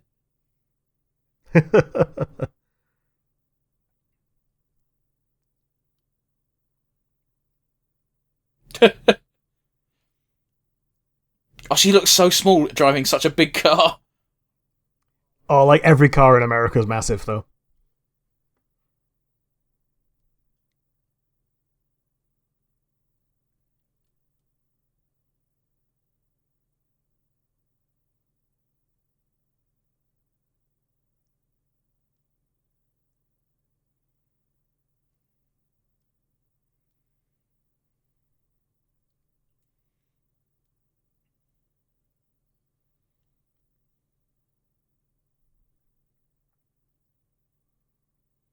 Meanwhile, you have done 2 murders.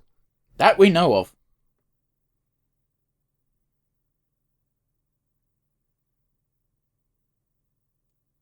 An additional bullet.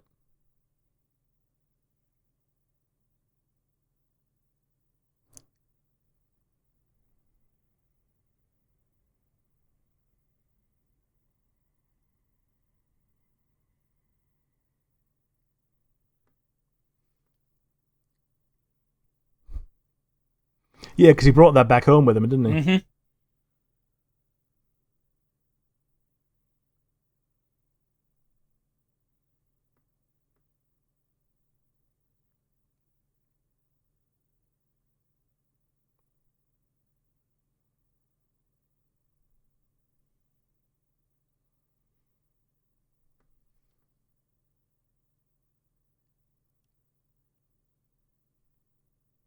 We know he's evil because he's got a yellow and blue tie. Conservative and Lib Dem, the worst government. Condemned by the colour of his tie. Ba-da-ba-da-ba-ba.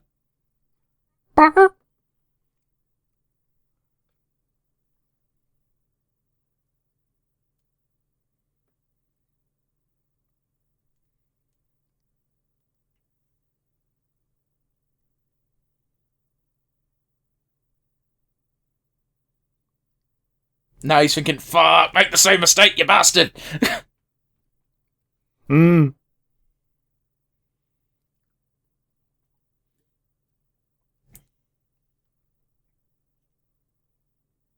Okay, so I just want to point out we've got about 15 minutes left. This is Columbo setting up his final trap card. Yeah, we're the just one more thing is coming at some point.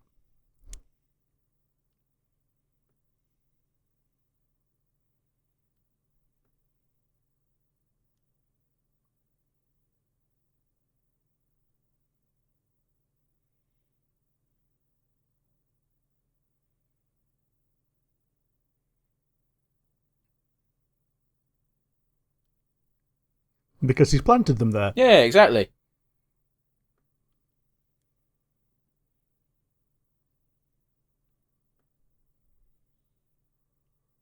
I know it's really easy to be like, this guy did it and he's super guilty when we saw the crime at the beginning, but fuck. Yeah. It was the banks!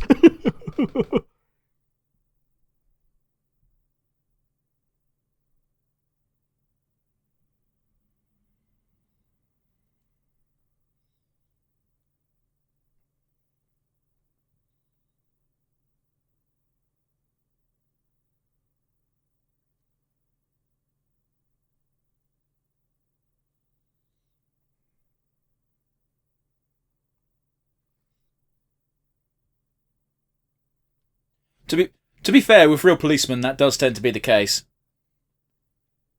Yeah. Just convict someone, doesn't matter who. We still remember Luigi. Yeah.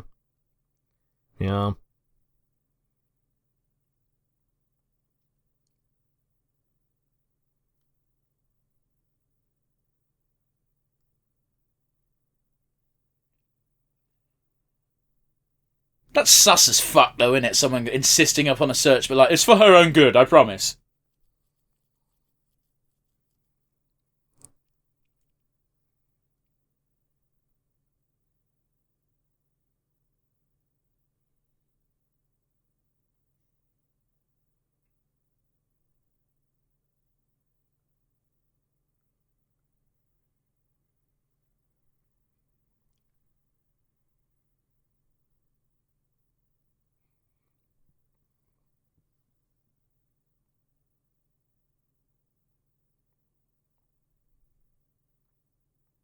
Yeah, use your other detectives.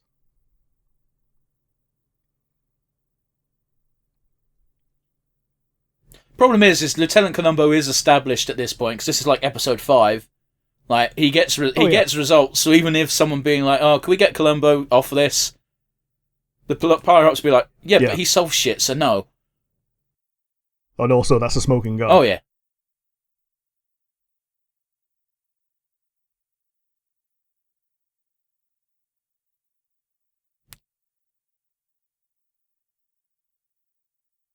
I mean, solicitors are just lawyers of a different caliber. Yeah. And at the end of the day, you do have confidentiality with your lawyer. That's why they feel comfortable asking questions like that of like, did you do it? Because they can't say yes, he did it. It's to help you prepare a better defense. Yeah. So I didn't know that solicitor and lawyer were essentially the same thing in Britain. So when I heard about people getting arrested for solicitation, I thought that was the same thing as well. Jesus Christ, man. Like, I don't blame you for making that mistake, but that's a bad mistake to make. Yeah. Law and prostitution. Prostitution should be legal anyway. Yeah. It should be legal and heavily regulated. I don't mean it. Unionized. I don't mean it should be legal and allow pimps to do what they want. Yeah. Unionized hookers.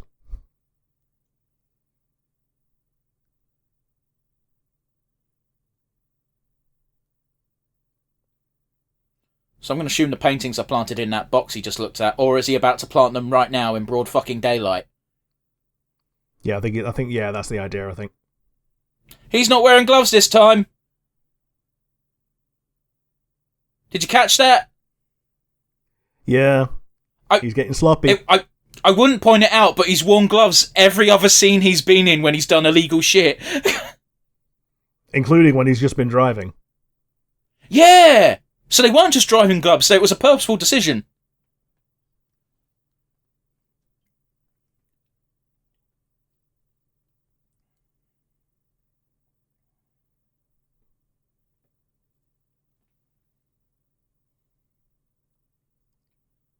You know she's well off. She's got a butler.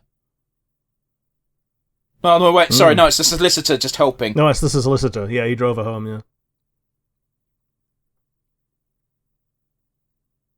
Oh, yeah, they're left-hand drive in the States, aren't they? Well, no, he doesn't want cyanide, does he? Because he wants to pin the murder on her, and he can't do that if she's dead.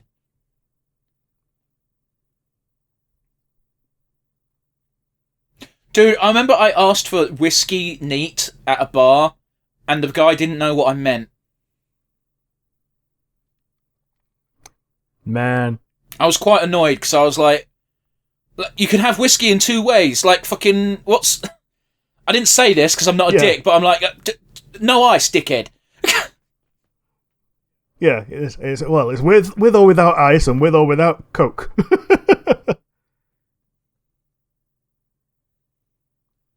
This is when he goes out to his car to pick out the additional jacket with the smuggled paintings. No, he's hiding the box in a place so it looks like it's been here for ages. Or rather, I know what he's doing. Yeah, sorry, I explained that poorly, but you get it. Dude, we've got 8 minutes left. Columbo, get your fucking shit in gear. Innit? Yeah.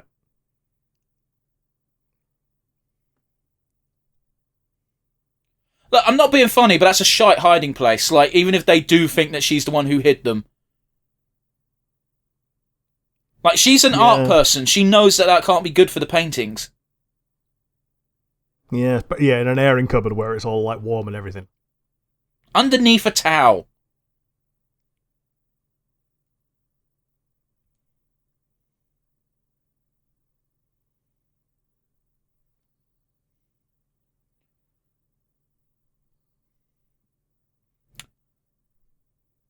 You should always be nervous if a policeman is investigating your premises. No matter how guilty you may or may not be. Yeah, because they're not there to protect you. They're there to incriminate someone. Absolutely. This is some real casual music for Columbo just chilling. I like how he's got a shittier car than anyone else on the force. Yeah. God, how many cops do they need? It also just drives home how massive this house is when you can park that many people there.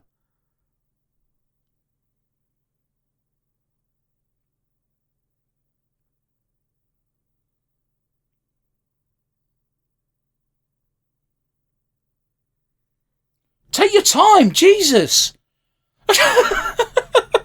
Yeah, pad the episode. Says fucking who?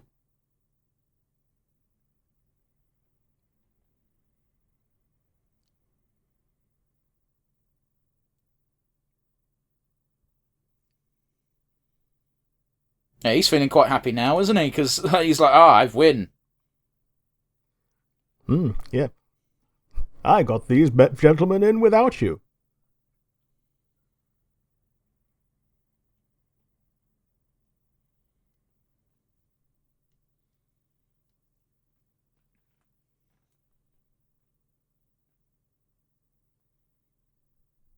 Even the solicitor's giving him an evil look, which is weird.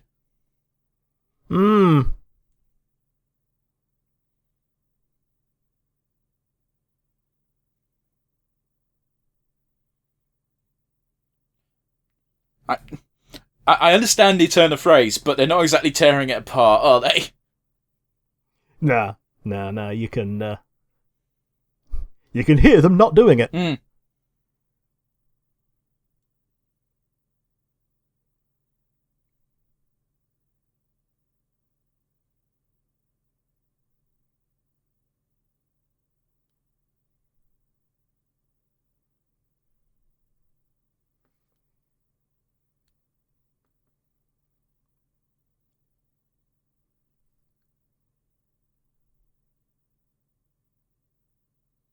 They're in a tower, dickhead. Where'd you think?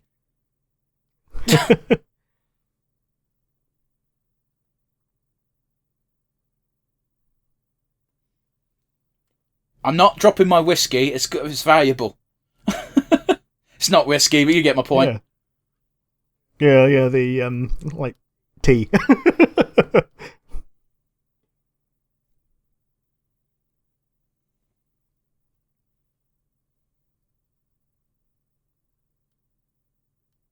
Yeah, Columbo's always got a fucking ace. Hmm.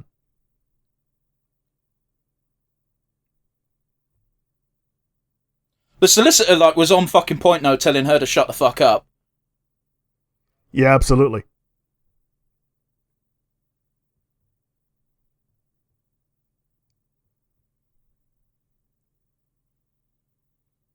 I like how easily he fucking disregards people. Yeah, you should just... Yeah, like, it's like, yeah, oh, shut up, we've got you now.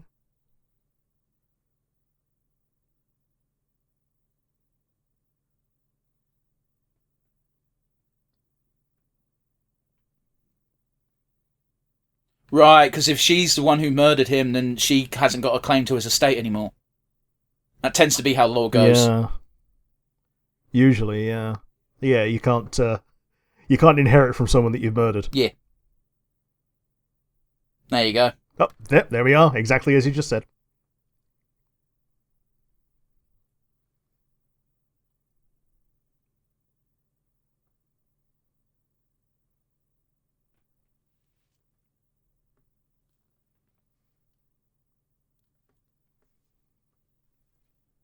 Now here's the thing, is she knows that has to be true because she knows she didn't fucking do it. But also, why would he plant the paintings here? Because it proves without a shadow of a doubt that she took them and murdered him for them. But by the same token, why would she take them? Because she was going to inherit them anyway. Yeah, but that was she didn't know that.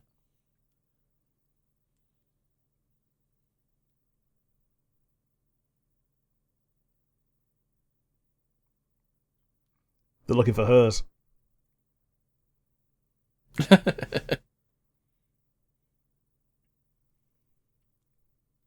Ah, yeah, they're looking for Columbo's prints. Looking for Tracy's. Maybe. Yeah, looking for Columbo's prints.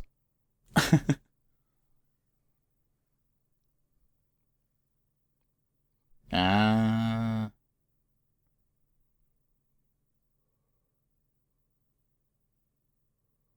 Oh, you're losing the room, buddy. Oh, his eyes are glassing over. You can't entrapment for murder.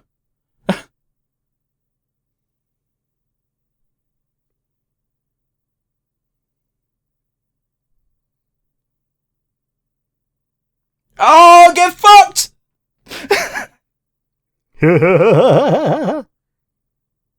Oh, that was an excellent lip quiver. Yep. Oh. Yep. Oh, come to think of it, he did have his hands in his pockets the entire fucking time, didn't he? Yeah. Yeah, now that you think back on it. Oh, that was an excellent little reveal at the end there. That was fun. That Tracy O... Oh, fuck, I've forgotten her... the actor's name, yeah, very nice nipples, thank you. MVP of the episode, Rick. Tracy's nipples.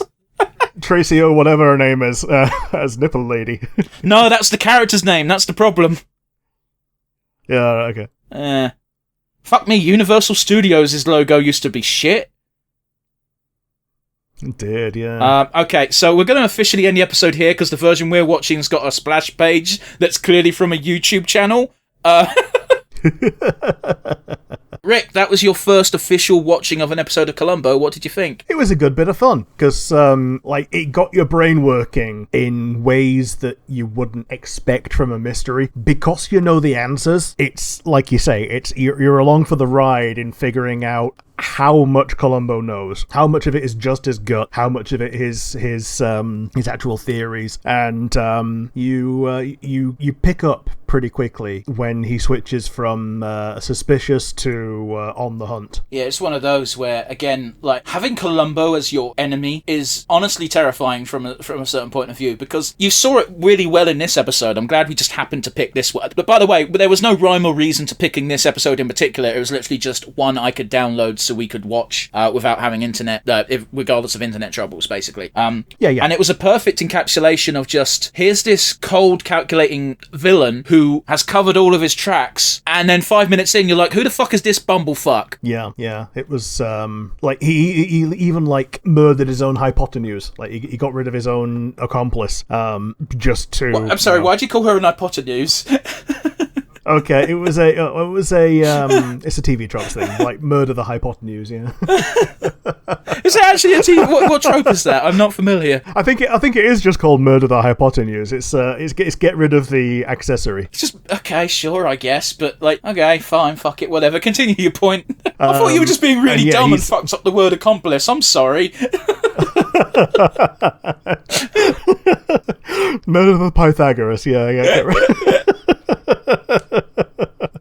Yeah, get rid of the circumference. Yeah, there we are. Yeah, so she got rid of as part of his cold and calculating act. Whereas, he could have just nicked the paintings. All he had to do was do a little bit of theft, and that would just kind of be the end of it. Like, you didn't even have to do any murders, but it's more compelling when there is a murder. But we also learned later on in the episode that the murder was always the plan. It wasn't the plan to Tracy. She thought they were just stealing some paintings, but he was always planning to kill him and frame the aunt because he wanted to inherit the collection. Yeah, he wanted all of it, yeah. So, yeah, it's interesting that even when they show you the crime and they give you a pretty good motive very early on, there's even more motive that you uncover. Yeah, and because if Tracy had the paintings and had stolen them and put them in her house, it doesn't make sense to everybody that knows about it. So, that's a good way of working back from things as well. So yeah. But yeah, what did you think of this episode? Oh, it was an excellent episode. I enjoyed it from start to finish. There was a moment in the middle where I was thinking it while also not thinking it of, man, Rick and I aren't talking because we've got a conversation between the main hero and the main villain, and it's just so enthralling. Yeah, and having seen it in the wild and as it's intended, the version with Light Yagami is very definitely on point. Oh yeah, he'd ace that fucking case. Yeah, and just like it goes in the Light Yagami sketch, he aced it before he got to the conversation. Yeah. Like that final conversation, he's already solved it. He's already put all the people. Usually, there's a bit more of a. Sorry, it's going to be a bit of a pun. A frame job because usually there's a bit more goading from Columbo to make the usually narcissistic perpetrator confess to the crime without even realizing it. I remember one where he literally forged evidence in that he flipped a photograph so a time would look different on the photograph, and the guy was a photographer who did the crime and was just like, oh, this has clearly been flipped, and he's Columbo's insisting that no, it hasn't been flipped and I can testify to that in court, and the guy not wanting to go to court with evidence that a cop is saying is legit just goes, give me the original camera and I can get the negatives, and then he chooses the original camera off the wall without any prompting, and it's like the only way he knows what the camera is if he's the one who took the picture in the first place. Yeah, totally. So, a bit more obvious, it's funny the guy screaming entrapment when Columbo does do that a lot. He sets traps. Yeah, it on the one. Yeah, it is literally entrapment. However, it's not. It really is a trap that only the actual criminal would fall for. It's not entrapment, because entrapment is you make up a scenario where someone will commit a crime, whereas entrapment's being used in this evidence. The way we're using it is he is setting up a trap for the villain to fall into, but it's not entrapment. Yeah. Entrapment is like sending a police officer undercover as a hooker and then arresting people for soliciting prostitution. That's entrapment, because that crime wouldn't have happened if you didn't set it up in the first place. Do you know what I mean? Yeah. It's why you also can't be done for entrapment for murder, because legally speaking, obviously this isn't strictly true, but legally speaking, there's the argument to be made that you can't be coerced into murdering, but we know that's bollocks. But anyway, I digress. Yeah, Columbo's good. You should give it more of a chance. There's 69 whole episodes, and they're all pretty damn good. Yeah, I mean, this might now enter my sphere of daytime things to pass the time. Pass the time is right, because very few of them are less than an hour. Oh, especially when they're shown on telly with adverts. Oh yeah, they're like 2 hours long. Yeah. But let's get to our usual wind down, shall we? Our final wind down for the month of mystery. Do you have a standout favourite moment? It might be a bit cheating because it was like literally the last thing we saw, but like just Columbo pulling his hands out of his pockets just to show how much of a little shit he was. I mean, when the guy's saying, look, he just touched them, you're forging evidence, and just, it was so masterfully done. Yeah, it's not often that I say absolute cinema, but there we go. It was good. The framing was great. Like, I totally get where you're coming from when you use that phrase. Yeah. I mean, honourable mention to Nipple Lady, but yes. How about you? Do you have a favourite moment? I mean, I agree with you that the gloves is great, but I don't want to double up on it, so I'm going to rewind a bit to, it was just after the reading of the will when Columbo was talking to our main... I never bothered to learn his name because I didn't really care. The murderer. Oh yeah, he's not showing up again. Exactly. Columbo face to face with the murderer, and both having a back and forth of like, see, I'm not the killer. Here's the receipts, and Columbo just being like, I never meant to him. I didn't mean to make you feel like this. It's just I've got to follow blah blah. And we know Columbo's fucking playing him. Yeah, it's I never asked. It's weird that you would bring that up. So the Bart Simpson meme of one odd thing to say. Yeah. But it was literally enthralling. You can rewind back to that moment where there's a big length of silence where we're just enthralled by the conversation, and I just go, Rick and I are very enthralled right now, so we're not talking. But yes, we can't only talk about the good, we also have to talk about the bad. Rick, do you have a weakest link? I think that the accomplice was a wasted character, that she could have had more screen time, she could have had more to do. She basically seemed to only exist to be a fleeting set of high-heeled shoes, which our main guy could have been, to be honest, if he'd have put some high heels on and well, he couldn't. Done it himself. He couldn't, because he needed to, one, establish an alibi, and two, still have the gunshot go off at the time when he was establishing said alibi. So what you're saying is not even true. Yeah, fair enough. What more could she have done in this episode? She served her purpose. She was the weak link in the duo. She was entirely a patsy. And once the main guy got what he wanted, he got rid of her, which is just once more cementing how much of a heel this guy is. Yeah. I mean, the only thing else she could have done was become a spanner in the works by running away and saving her own life. But it was very clear from the get. It was very clear from the get-go that as well as accomplice, she was obviously infatuated with him. Yeah. So that was never going to be in her mind, that series of events was never going to occur because he felt the same way. Yeah, and they were going to split the benefits. And they managed to establish that very surprisingly easy, despite the lack of screen time for this character. So if anything, I'd say they used her screen time quite well. Yeah. So I guess I really don't have much of a weakest link, other than maybe that they don't establish why people are wearing gloves so often. Well, again, the main people that we care about that wear gloves were, the villains, and they were wearing them because they didn't want to put fingerprints on things. Now, the only one I would say is still baffling is that the woman cop was the only one with gloves out of the cop team during that scene, and I still don't know why. Yeah. Maybe that was just what Lady Cop uniform was. Oh yeah, fucking show off all your legs, but cover those hussy hands. Yes, like literally. Get fucked. Legs from toe to thigh, but yeah, cover up your hands because what them thumbs do. Take your thumb off the end of it. Okay. Do you have a weakest link? It's really tough because it is just a good show.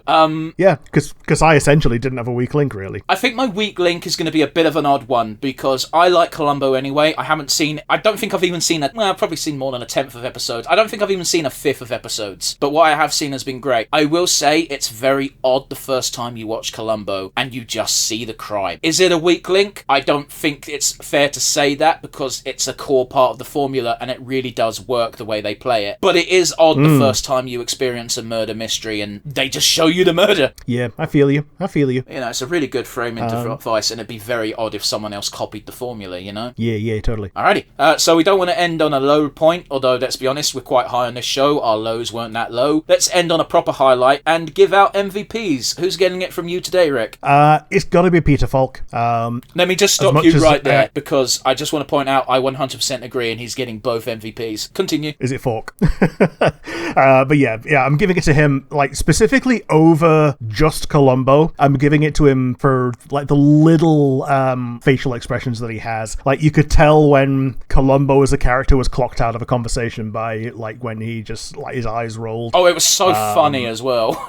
It was, wasn't it? And it's just addictive listening to his voice as he's just like, not even low energy, but like de-escalating a situation to prolong it and get someone to incriminate themselves, you know? But that's just it. It's his main weapon and he uses it constantly, and that is disarming through, like, incompetence, but it's weaponized incompetence. He's not actually shit and bumbling. He's playing the fool. Yeah, totally. It's been a trope since, like, time immemorial. Like, you know, intelligent characters playing the fool to disarm their foe, and Columbo does it masterfully. And Falk as an actor, like, we talked about not too long ago about Patrick Warburton's use of facial expressions and how he's a master at it. Fuck me, Falk blows him out of the water. Oh, yeah, I would say so. And he's become kind of like an archetype for, like, the kind of Italian-American kind of accent as well. What, Falk? Yeah. Columbo's meant to be Jewish-American. Is he meant to be Jewish? Yeah, Okay. so that's odd that you've decided that he's Italian-American. He just sounds like exactly like the Italian-American YouTube shorts that have popped up recently. Are you sure they're Italian-American and not Jewish-American? Well, they're probably just New Yorkers, which you know is kind of like a melting pot of all three. And to be fair, Columbo is, I'm 95% sure, meant to be a New York detective. Yeah, New York detective that's like working in like Beverly Hills and all that at the moment now, isn't he? But yeah, Columbo I might be wrong, but I'm pretty sure he's meant to be Jewish. Maybe so. I don't know the Columbo law.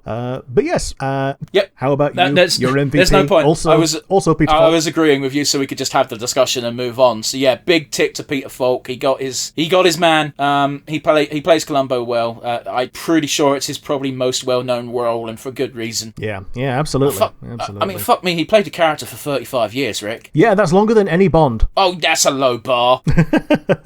Well, like, some of them go for like 12, 14 years. Like, it's a reasonable innings for a character, you know? I'm trying to think. Like, the only lower bar than Bond is like Doctor Who. Yeah. So that's like, and that can be literally as little as 1 year for one season. Actually, no, there's worse than that. There's like, I played him for one movie and that's it. Well, that's different, though, because usually that one person for one movie is because they needed to play the first Doctor, but he's been dead for 30 years. Yeah. So I don't think that technically counts. Sure. But yeah, Columbo's great. I highly recommend watching it. It's annoyingly difficult to get hold of episodes because I think it's one of those really annoying ones where different series are on different streaming platforms. Yeah, I feel And some episodes you can just get for free on YouTube because they've uploaded a few on the official channel. So, you know, it's all over the place. But that being said, there are fucking hundreds and thousands of DVD collections of these, including a really big set that I believe it was on Blu-ray in 2012, I think the article said, where Japan just got all 10 seasons. Japan, Rick. Yeah. Columbo actually fights like Yagami in that. Yep.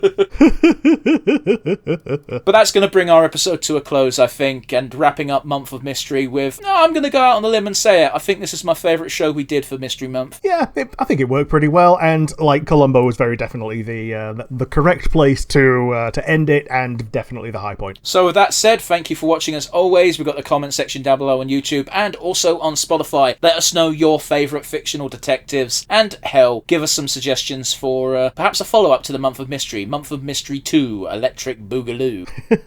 Yeah, absolutely. Hell, even if you want us to see more of things that we've seen this month, let us know. Big old asterisk next to that because I don't want to watch any more fucking Dresden, if I'm honest.